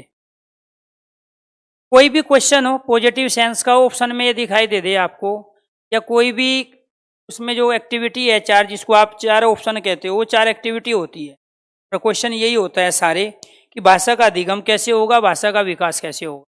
ठीक है सर, आप बहुत अच्छा पढ़ाते हैं, चलो मान लेते हैं। सर हिंदी में पेडागोजी साइंस के पेपर में आती है, बिल्कुल आपको ये ध्यान रखना। नहीं, हिंदी की पेडागोजी तो खैर हिंदी की आएगी, साइंस में साइंस की आती है। ठीक है, वो हिंदी का जो सिलेबस है ना, अगर हम सीटेट की बात करते हैं तो वहाँ 15 क्वेश्चन तो पेडागोजी के होते हैं, 15 क्वेश्चन होते हैं गद्यांश पद्यांश से रिलेटेड। 6 के आसपास क्वेश्चन, 5-6 ग्रामर के आते हैं पैराग्राफ के आधार पे। लेकिन साइंस में साइंस की पेडागोजी, हाँ ये जरूर है, थोड़ी बहुत हेल्प जरूर होगी इस पेडागोजी से, क्योंकि यहाँ तो टीचरों की स्किल्स की बात हो रही है ना, बच्चा कैसे सीखता है। तो भाषा और बाकी इंग्लिश की पेडागोजी अगर करना चाहो तो सारा इसी पे चलेगी। ठीक है, संस्कृत की पेडागोजी करना चाहो, सारे यही सिद्धांत है, यही मेथड्स हैं। ठीक है, यही तरीके हैं उसको भी सिखाने का। ठीक है, तो विभिन्न अवसर, तो कोई भी बच्चा कम से कम समय में अगर ज्यादा से ज्यादा सीखना चाहता है, या टीचर उसको सिखाना चाहता है, या जिस तरीके से भी वो भाषा का विकास कर सकता है, या अभिव्यक्ति की क्षमता को डेवलप कर सकता है, तो प्यारे बच्चों उसको आपको अनेक अवसर देने पड़ेंगे, उसको आपको विभिन्न अवसर देने पड़ेंगे, यानी कि सुनना भी, बोलना भी, पढ़ना भी और लिखना भी। ठीक है, तो आपको ये ध्यान रखना है, यानी कि बच्चा, प्यारे बच्चों, देख भी रहा हो, बच्चा उस चीज को इम्प्लीमेंट भी कर रहा हो, तो अपने आप में स्वाभाविक बात है, जहाँ बच्चा सुन भी रहा है, देख भी रहा है और उसका प्रयोग भी कर रहा है, तो अपने आप में वो कम समय में ज्यादा चीजों को अचीव कर लेगा, हासिल कर लेगा, और वो हिंदी के वास्तव में भाषा के विकास को प्राप्त करेगा। तो इसीलिए किसी भी बच्चे, क्योंकि व्यक्तिगत भिन्नता का बच्चा है आपके पास, कुछ बच्चे प्रतिभाशाली हैं, कुछ बच्चे आपके पास सामान्य बच्चे हैं, आपके पास वंचित वर्ग के बच्चे हैं, कुछ लर्निंग डिसेबिलिटी के बच्चे हैं, तो कुछ बच्चे आपके पास मंदबुद्धि है, कुछ संवेगात्मक रूप से अस्थिर है, कुछ बाल अपराधी है, कुछ बैकवर्ड चिल्ड्रन आपके पास है, बिछड़े बच्चे जिनको हम बोलते हैं। तो यानी कि अलग अलग IQ लेवल के, अलग अलग विसंगति वाले, अलग अलग गुणों वाले, अलग अलग लक्षणों वाले, अलग अलग विशेषता वाले बच्चे आपकी क्लास में बैठे हैं, और जिसमें से 10 से 12 अलग अलग वेराइटी के बच्चे होते हैं। उनकी व्यक्तिगत भिन्नता मानसिक रूप से भिन्न हो सकते हैं, शारीरिक रूप से भिन्न हो सकते हैं, ठीक है, या सामाजिक रूप से उनमें भिन्नता पाई जा सकती है। तो आपको ये ध्यान रखना है कि जब अलग अलग व्यक्तिगत भिन्नता वाले बच्चे को आप पढ़ा रहे हो, तो स्वाभाविक बात है हिंदी की भाषा के विकास के लिए आपको अनेक अवसर उस बच्चे को देने पड़ेंगे, अलग अलग प्लेटफार्म आपको उसको मुहैया कराने पड़ेंगे।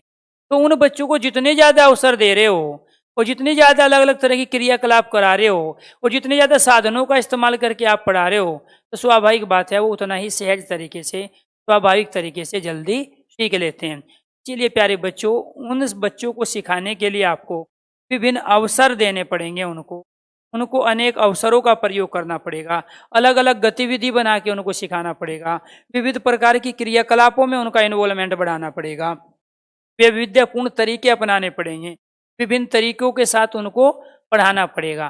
तो जहाँ भी इस तरह के क्वेश्चन आए कि कोई भी बच्चा मान के चलो आ जाए फॉर एग्जाम्पल कि निम्नलिखित में से सबसे ज़्यादा भाषा का अधिगम कहाँ से होगा, या भाषा का विकास कहाँ से होगा, या भाषा में अभिव्यक्ति की क्षमता कहाँ से बच्चा हासिल करेगा, या एक टीचर या शिक्षा कब सफल मानी जाएगी, जब वो केवल सुनकर चीज़ों को कराया जा रहा हो, जब बोलकर कराया जा रहा हो, जब सुनकर बोलकर पढ़कर कराया जा रहा हो, और जब सुनकर बोलकर पढ़कर लिखकर कराया जा रहा हो।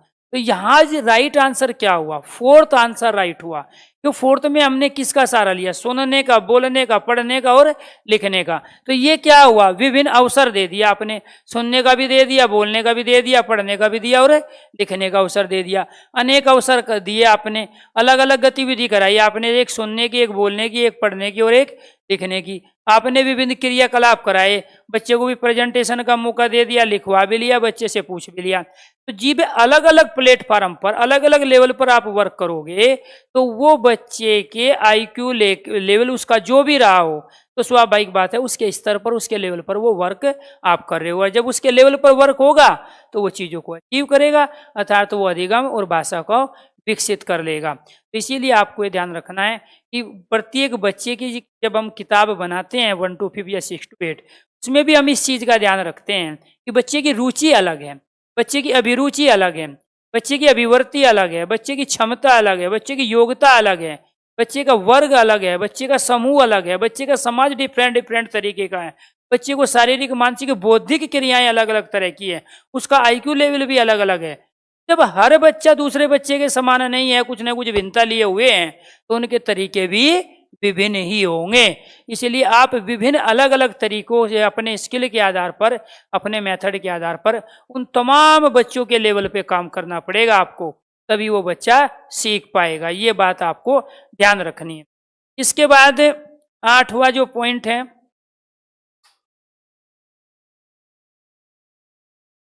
8वां पॉइंट हम यहाँ लिखेंगे। इनके ही आधार पे क्वेश्चन आते हैं सारे। जब क्वेश्चन करेंगे ना, आप फटाफट आंसर दोगे। बस ये कॉन्सेप्ट सीख लो एक बार।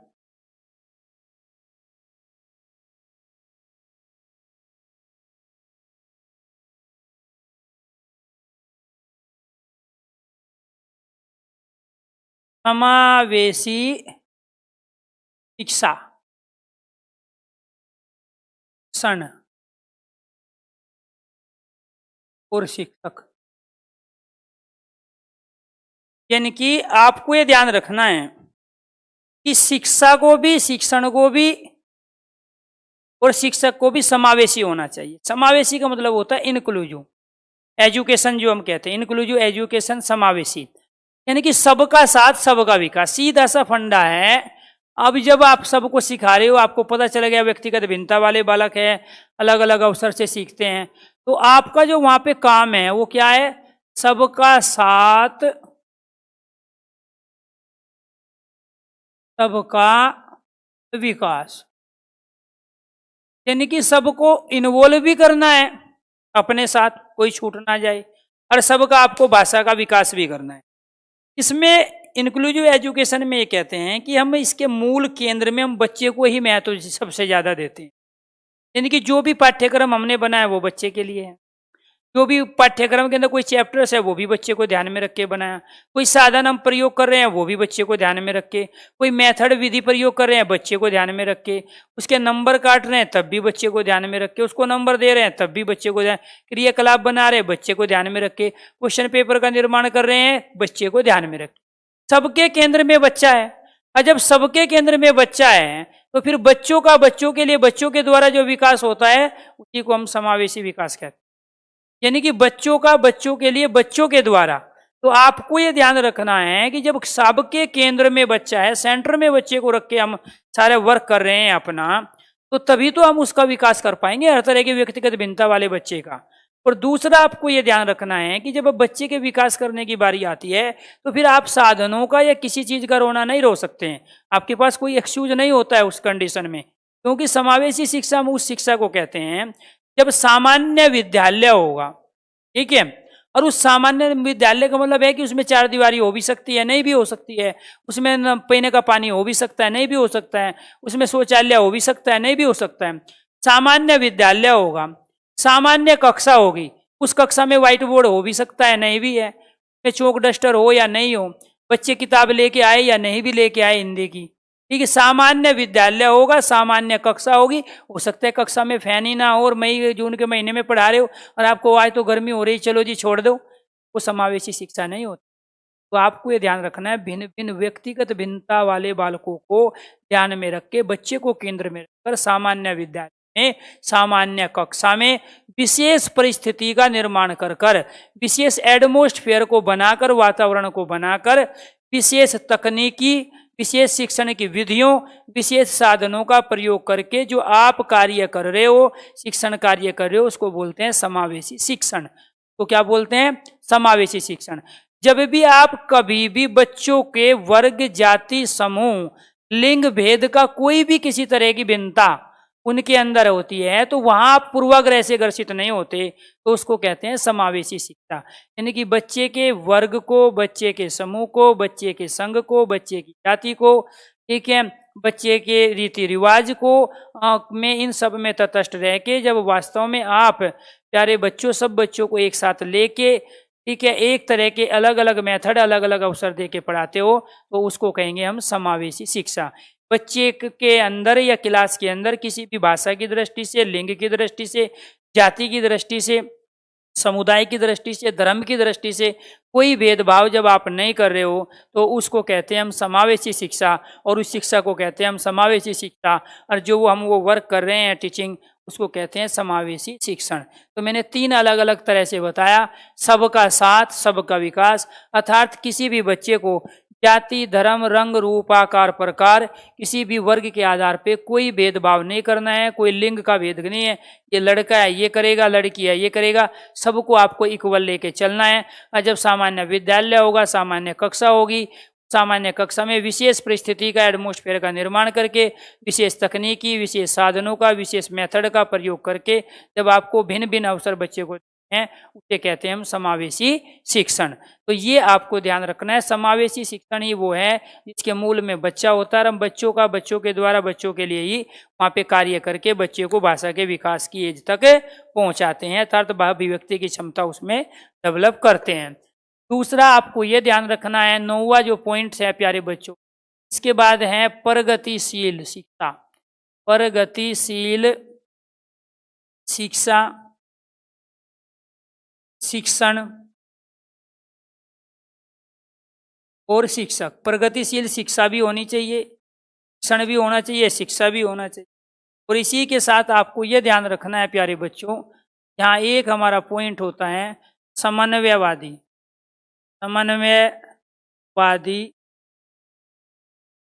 शिक्षा और शिक्षण, क्लियर। प्रगति कह रही प्रोग्रेसिव एजुकेशन। प्रोग्रेसिव एजुकेशन का मतलब है कि बच्चे की जो प्रीवियस नॉलेज थी उससे जोड़ के आपको कुछ आगे की चीज समझानी है।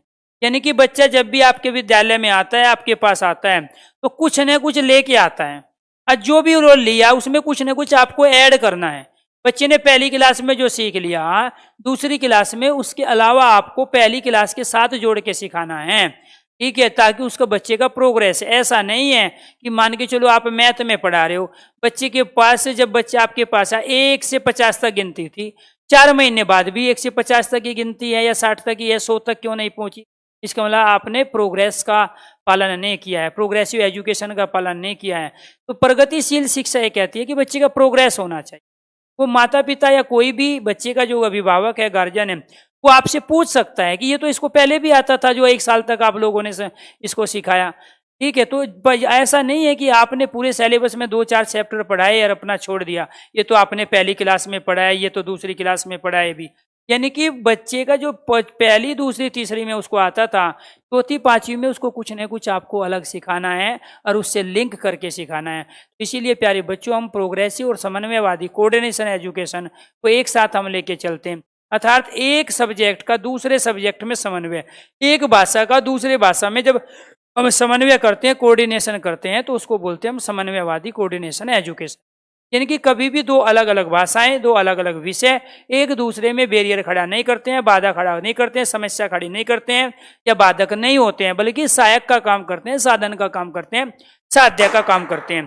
तो इसीलिए आपको as a teacher progressive education का और समन्वयवादी एजुकेशन का दोनों का पालन करके ही बच्चे के अंदर रोज जो भी आता है कि बच्चा, तो कुछ न कुछ उसको अलग देना है, कुछ न कुछ उसको सिखा के भेजना है, कुछ न कुछ जो उसने कल सीखा उसमें कुछ न कुछ ऐड करना है। ऐसा नहीं है कि कल भी वही था, परसों भी वही है और आज भी वही है, ठीक है, या 2 महीने तक भी वही है, तो उसका कुछ न कुछ उसमें वृद्धि करके चलना है। तो उसी को कहते हैं हम प्रोग्रेसिव एजुकेशन, क्योंकि वो अपने एज के आधार पर बच्चा चीज़ों को अचीव करता रहता है। इसके बाद में आज ये ही पॉइंट कराएंगे 11 तक, हालांकि 11वां अपने आप में थोड़ा सा बड़ा है और अभी 3 मिनट बची हुई है। चलो जी, 5-7 मिनट में टॉपिक पूरा हो जाएगा। एक है प्यारे बच्चों, आपको ये ध्यान रखना है, अधिगम अक्षमता, अधिगम अक्षमता या अधिगम असमर्थता या अधिगम निर्योग्यता या अधिगम निःशक्तता, ये सारे एक ही नाम है। इंग्लिश में क्या बोलेंगे प्यारे बच्चों? Learning disability. क्या बोलेंगे? Learning disability. वहाँ अलग अलग शब्द प्रयोग करेगा, या तो वो अधिगम अक्षमता का प्रयोग करे या असमर्थता का प्रयोग करे या निर्योग्यता या निःशक्तता। लर्निंग डिसएबिलिटी यानी कि आपके पास सब कुछ है, आपने प्रोग्रेसिव एजुकेशन का भी पालन किया, आपने इंक्लूसिव एजुकेशन समावेशी शिक्षा का भी पालन किया, आपने कोऑर्डिनेशन एजुकेशन का भी पालन किया, यानी कि समावेशी भी रहे, प्रगतिशील भी रहे और समन्वयवादी भी रहे, और अनेक अवसर दिए, व्यक्तिगत भिन्नता का भी ध्यान रखा आपने। उसके बावजूद भी आप बच्चे को नहीं सिखा पाए या सिखाने में आप सफल नहीं हुए, तो इसका मतलब ये हुआ है कि कई बार आपने मेथड भी बदल के देख लिए, साधनों का भी प्रयोग किया, टीचिंग एड शिक्षण सहायक सामग्री का, बुक की भी सहायता ली, प्रीवियस नॉलेज भी बढ़ाई, फिर भी बच्चा नहीं सीख पाया भाषा को, फिर भी बच्चा भाषा को विकसित नहीं कर पाया, फिर भी बच्चा अधिगम नहीं कर पाया किसी पर्टिकुलर कॉन्सेप्ट या चैप्टर्स का, तो इसका मतलब है कि वो लर्निंग डिसएबिलिटी से पीड़ित है। ये जरूरी नहीं है कि आप सारे अपने एफर्ट लगाए और उसके बावजूद बच्चा ना सीख पाए, तो इसका मतलब कोई प्रॉब्लम है बच्चे के अंदर, उस प्रॉब्लम को पहचानना पड़ेगा। और कुछ प्रॉब्लम ऐसी होती है जिसका सॉल्यूशन अकेले टीचर के पास नहीं होता, डॉक्टर भी अपना इन्वॉल्व देंगे और साइकोलॉजिस्ट भी अपना इन्वॉल्व। तो लर्निंग डिसएबिलिटी एक ऐसी समस्या है, एक ऐसी बीमारी है या एक ऐसी बच्चे के अंदर कमी है जिसको एक डॉक्टर के द्वारा, एक साइकोलॉजिस्ट के द्वारा, टीचर के साथ मिलकर पूरा किया जाता है। तो जैसे पा मूवी है, तारे जमी पे मूवी है, तो उसमें जो आपने प्रॉब्लम देखी है वो यही प्रॉब्लम थी प्यारे बच्चों, ठीक है। तारे जमी पे जो मूवी है उसमें जो बच्चे को प्रॉब्लम थी, पा जो मूवी है उसमें जो प्रॉब्लम थी, तो वो लर्निंग डिसएबिलिटी कहलाती है।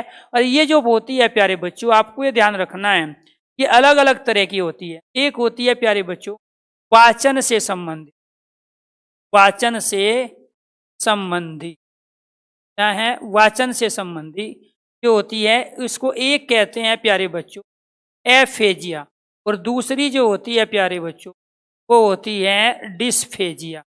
वो अपने आप में दो लेवल होता है, एक फर्स्ट स्टेज होती है और एक इसकी क्या होती है, सेकंड स्टेज। यानी कि वाचन से जो संबंधित होती है प्यारे बच्चों वो कौन सी हुई, फेजिया बीमारी हुई, और इसी में हमने ए और डिस लगाया। कहते हैं ना कि हर चीज की दो स्टेज होती है, एक स्टार्टिंग की और एक लास्ट की। तो जो फर्स्ट स्टेज है वो एफेजिया है और जो लास्ट स्टेज है वो डिस्फेजिया। अगर हमें बच्चे को वाचन में प्रॉब्लम है, वाचन एक तरह से किसी भी चीज को प्यारे बच्चों हम लर्न, जो बच्चा बोलता है हम उसको बोलते हैं, ठीक है। वाचन में भी अपने आप में एक अलग कॉन्सेप्ट होता है कि बच्चे के भी 3 वाचन होते हैं, जैसे सहस्वर वाचन है, मौन वाचन है, द्रुत वाचन है। टीचर के भी ये 3 तरह के वाचन होते हैं, आदर्श वाचन होता है, अनुवाचन होता है, अनुकरण वाचन। तो उस तरह का जो वाचन में प्रॉब्लम समस्या खड़ी आ रही है तो वो फेजिया बीमारी की वजह से आ रही है। अगर हमने यहाँ इसको पहचान लिया तो टीचर उसको दूर कर सकता है। घर वालों को कभी नहीं पता चलता, घर वालों को तो बाद में पता चलता है जब समाज बता देता है। तो वाचन से संबंधी बीमारी थी प्यारे बच्चों, आपको ये ध्यान रखना है। इसके बाद पढ़ने से संबंधी, वाचन मतलब बोलना, पढ़ने से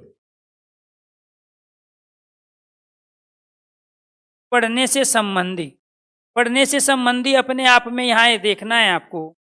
एक होती है प्यारे बच्चों एफ्रेक्सिया, एफ्रेक्सिया, दूसरी होती है डिस्प्रेक्सिया, इसके अलावा तीसरी होती है प्यारे बच्चों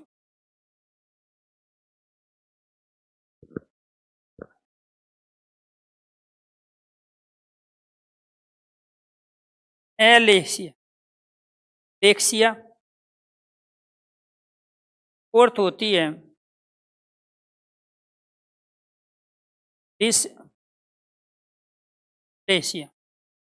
यानी कि प्रेक्सिया और लेसिया, इसको हम लेसिका भी बोलते हैं।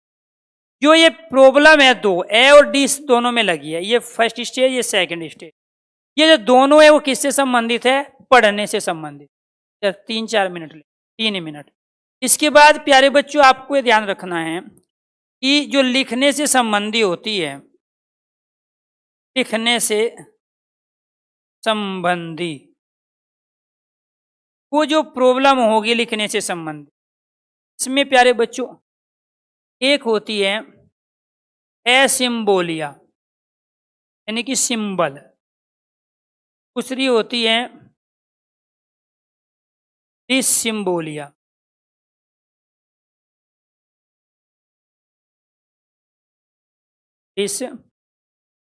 डिसिम्बोलिया। इसके बाद तीसरी होती है एग्राफिया, फोर्थ होती है डिसग्राफिया। यानी कि अगर बच्चा भाषा को विकसित नहीं कर पाया, भाषा को नहीं समझ पाया, भाषा में अभिव्यक्ति की क्षमता हासिल नहीं कर पाया, तो उसका एक रीजन ये हो सकता है कि उसको वाचन अर्थात बोलने से संबंधित कोई समस्या हो। और वो समस्या क्या थी, फेजिया। ये जो समस्या है फेजिया, ये बोलने अर्थात वाचन से संबंधित है। पढ़ने से संबंधी जो समस्या है वो प्रेक्सिया और लेसिया है। लिखने से संबंधी जो समस्या है वो ग्राफिया और प्यारे बच्चों सिम्बोलिया है। क्लियर। ऐसे ही प्यारे बच्चों सुनने से संबंधी भी समस्या होती है, सुनने से संबंधी, सुनने से संबंधी जो समस्या होती है, एक तो होती है वर्णभंग,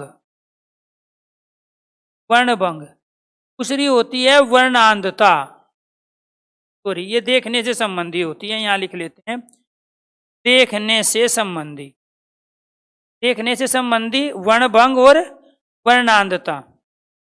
ये दो जो प्रॉब्लम होती है यानी कि कलर ब्लाइंड जिसको हम कहते हैं, उसकी वजह से भी उसका अधिगम प्रभावित होगा, अभिव्यक्ति की क्षमता प्रभावित होगी, भाषा का विकास प्रभावित होगा।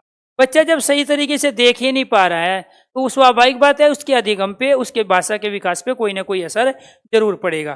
कई बार प्यारे बच्चों अमरूद होता है हरा लेकिन लाल दिखाई देता है, उसको हम कलर ब्लाइंड कहते हैं। या कई बार सूरज की रोशनी में दिखाई एक देता है, लेकिन जब सूर्य नहीं रोशनी कम होती है तो कम दिखाई देता है, जब सूर्य की रोशनी होती नहीं तो बिल्कुल नहीं दिखाई देता, उसको हम वर्णभंग बोलते हैं। इसके बाद पांचवा जो होता है वो है प्यारे बच्चों सुनने से संबंधित। सुनने से संबंधी भी समस्या होती है बच्चे के सामने, और वो होती है, एक है बधिर, क्या है, दूसरी है आंशिक बधिर, क्या है, आंशिक बधिर, और तीसरी है श्रवणहास, यानी कि सुनने में थोड़ा कमी है, श्रवण हरास है, हरास मतलब कमी होना। ये तीन जो प्रॉब्लम है ये सुनने से संबंधी है। बधिर का मतलब बिल्कुल नहीं सुनता है, मुख बधिर, न तो बोल पाता है ना सुन पाता है, वो मुख बधिर होता है। बधिर होता है सुनता नहीं है बिल्कुल, अगर बिल्कुल ही कम सुनाई दे रहा है, क्योंकि ये विशिष्ट बालक है, ये तो सारे आपको सामान्य स्कूल में सामान्य कक्षा में बैठ के पढ़ेंगे। आप इसको ये नहीं कह सकते भी आपको कम दिखाई दे रहा है ब्लाइंड वाले स्कूल में जाओ, आप ये भी नहीं कह सकते आपको कम सुनाई दे रहा है आप उस स्कूल में जाओ जिसमें कम सुनने वाले बच्चे या बधिर बच्चे पढ़ते हैं। तो ये सामान्य विद्यालय में ही पढ़ेंगे, सामान्य बच्चों के साथ पढ़ेंगे, सामान्य कक्षा में ही पढ़ेंगे। आप इनको अलग से वो एडवाइज नहीं दोगे, क्योंकि आप समावेशी शिक्षा का पालन करना चाहते हो, तो किसी भी तरह का कोई भेदभाव किसी भी बच्चे के साथ नहीं हो सकता है। तो बधिर जिसको सुनाई नहीं देता है बिल्कुल भी, कैसे पहचान करेंगे? जो बच्चा उचक उचक के आपको देख रहा है, आप इधर गए तो इधर देखेगा, इधर गए तो इधर देखेगा, दूसरे के रजिस्टर में बार बार झांकेगा, ठीक है, यानी कि सेंटेंस जो आप बोलते हो वो प्यारे बच्चों आप बोलते कुछ और वो लिखता कुछ है, क्योंकि उसको सुनाई कुछ दूसरा जाता है। आंशिक बधिर जिसको कम सुनाई देता है, थोड़ा कम सुनाई देता है। श्रवणहास जिसको कभी ऊंचा सुनाई देता है कभी नीचा सुनाई देता है, वो श्रवणहास कहलाता है। जिसमें श्रवण की थोड़ी बहुत प्यारे बच्चों क्या है, ठीक है, कमी है, वो क्या कहलाता है, श्रवणहास। तो कहीं 25% है तो कहीं 50% है और कहीं 100% ही बिल्कुल नहीं सुनता है, तो उनका भी ध्यान रखना है, वो भी क्लास में आपके रहेंगे, ठीक है। उससे देखने से संबंधित जो प्रॉब्लम है इससे भी रिलेटेड बच्चे रहते हैं। गणित से संबंधित वो एक अलग क्वेश्चन है, वो हिंदी में पेडागोजी में हमें नहीं करना चाहिए, कि गणित से संबंधित भी प्रॉब्लम होती है ये, ठीक है, लर्निंग डिसेबिलिटी वाली। वो क्या है, कैरिकुलिया, डिसकैरिकुलिया और एकैरिकुलिया बीमारी जो है, जहाँ गणित की गणना करने में ही समस्या खड़ी हो जाए तो वो कैरिकुलिया से संबंधित प्रॉब्लम होती है। तो यहाँ आपको ये ध्यान रखना है प्यारे बच्चों कि यहाँ पर सुनने में अगर प्रॉब्लम है, देखने में है, लिखने में है, पढ़ने में है, बोलने में है, तो भी आप लोग कई बार सब कुछ आपके पास होने के बावजूद, एफर्ट लगाने के बावजूद, स्किल का प्रयोग करने के बावजूद भी बच्चे के अंदर कम्युनिकेशन स्किल डेवलप नहीं कर पाते हो, भाषा का अधिगम नहीं करा पाते हो और भाषा को विकसित नहीं कर पाते हो। इसलिए आपको ये भी ध्यान रखना है कि आपकी क्लास में कोई ऐसा है जो लर्निंग डिसेबिलिटी से पीड़ित है, और वो लर्निंग डिसेबिलिटी पहचान कर ही प्यारे बच्चों आप उस बच्चे की भाषा का विकास कर सकते हो। आज के लिए लेते हैं इतना ही, 11 पॉइंट हो गए, 25 पॉइंट आपको कराने हैं, उसी के आधार पे पेडागोजी के क्वेश्चन होंगे। कैसे क्वेश्चन आएंगे, पहले 25 क्वेश्चन हम करेंगे, उसके बाद तमाम ये क्वेश्चन आएंगे, फिर मैं दिखाऊंगा, देखो ये उस पॉइंट का क्वेश्चन है मातृभाषा से जुड़ा हुआ, ये भाषा के अधिगम का क्वेश्चन है, ये भाषा के विकास का है, ये भाषा वैज्ञानिक वाला क्वेश्चन है, भाषा के वैज्ञानिक से जुड़े, ये भाषा के कौशल वाला क्वेश्चन है, ये अभिव्यक्ति की क्षमता वाला क्वेश्चन है, ये समावेशी शिक्षा का क्वेश्चन है, ये प्रगतिशील, ये समन्वयवादी और ये अधिगम अक्षमता। तो ये अपने आप में टॉपिक है, और ये टॉपिक है 25, और 25 टॉपिक को या 30 टॉपिक को जब हम पढ़ लेंगे तो ये 15 क्वेश्चन की प्रैक्टिस हमारी अपने आप हो जाएगी। अब सब लोगों से लेते हैं इजाजत प्यारे बच्चों, आज के लिए इतना ही, बाकी कल तो कराएंगे इसी पेडागोजी को, कल और क्लास ले लेते हैं आपकी। कल सर फ्राइडे है ना, हाँ, तो कल फिर पेडागोजी को कल शायद आपकी क्लास नहीं लेंगे, आपकी क्लास फिर बाद में लेंगे। आपको ये ध्यान रखना है कि कल हम ग्रामर का ही कोई टॉपिक लेंगे 12:30 से लेके 2 बजे के बीच में, क्योंकि कल ग्रामर को कंप्लीट करेंगे। उधर अलंकार बचा हुआ है, अलंकार के अलावा जो थोड़ा बहुत है वो कंप्लीट करके ग्रामर पूरी कर देंगे, तो सब लोग इन्वॉल्व होंगे। टाइम बचेगा तो पेडागोजी भी ले लेंगे, कि आप लोग तो ग्रामर भी करते हैं और पेडागोजी भी। तो कल की कोशिश करेंगे 2:30 बजे तक लेके क्लास आपका ये जो है कंप्लीट कर दे, पेडागोजी भी और जो ग्रामर का बचा हुआ है। उसके बाद फिर हम मंडे को या सैटरडे को आपकी प्रैक्टिस कराएंगे तमाम क्वेश्चनों की। चलो दोस्तों, अब आप लोग दो इजाज़त, कल मिलते हैं फिर, नमस्कार।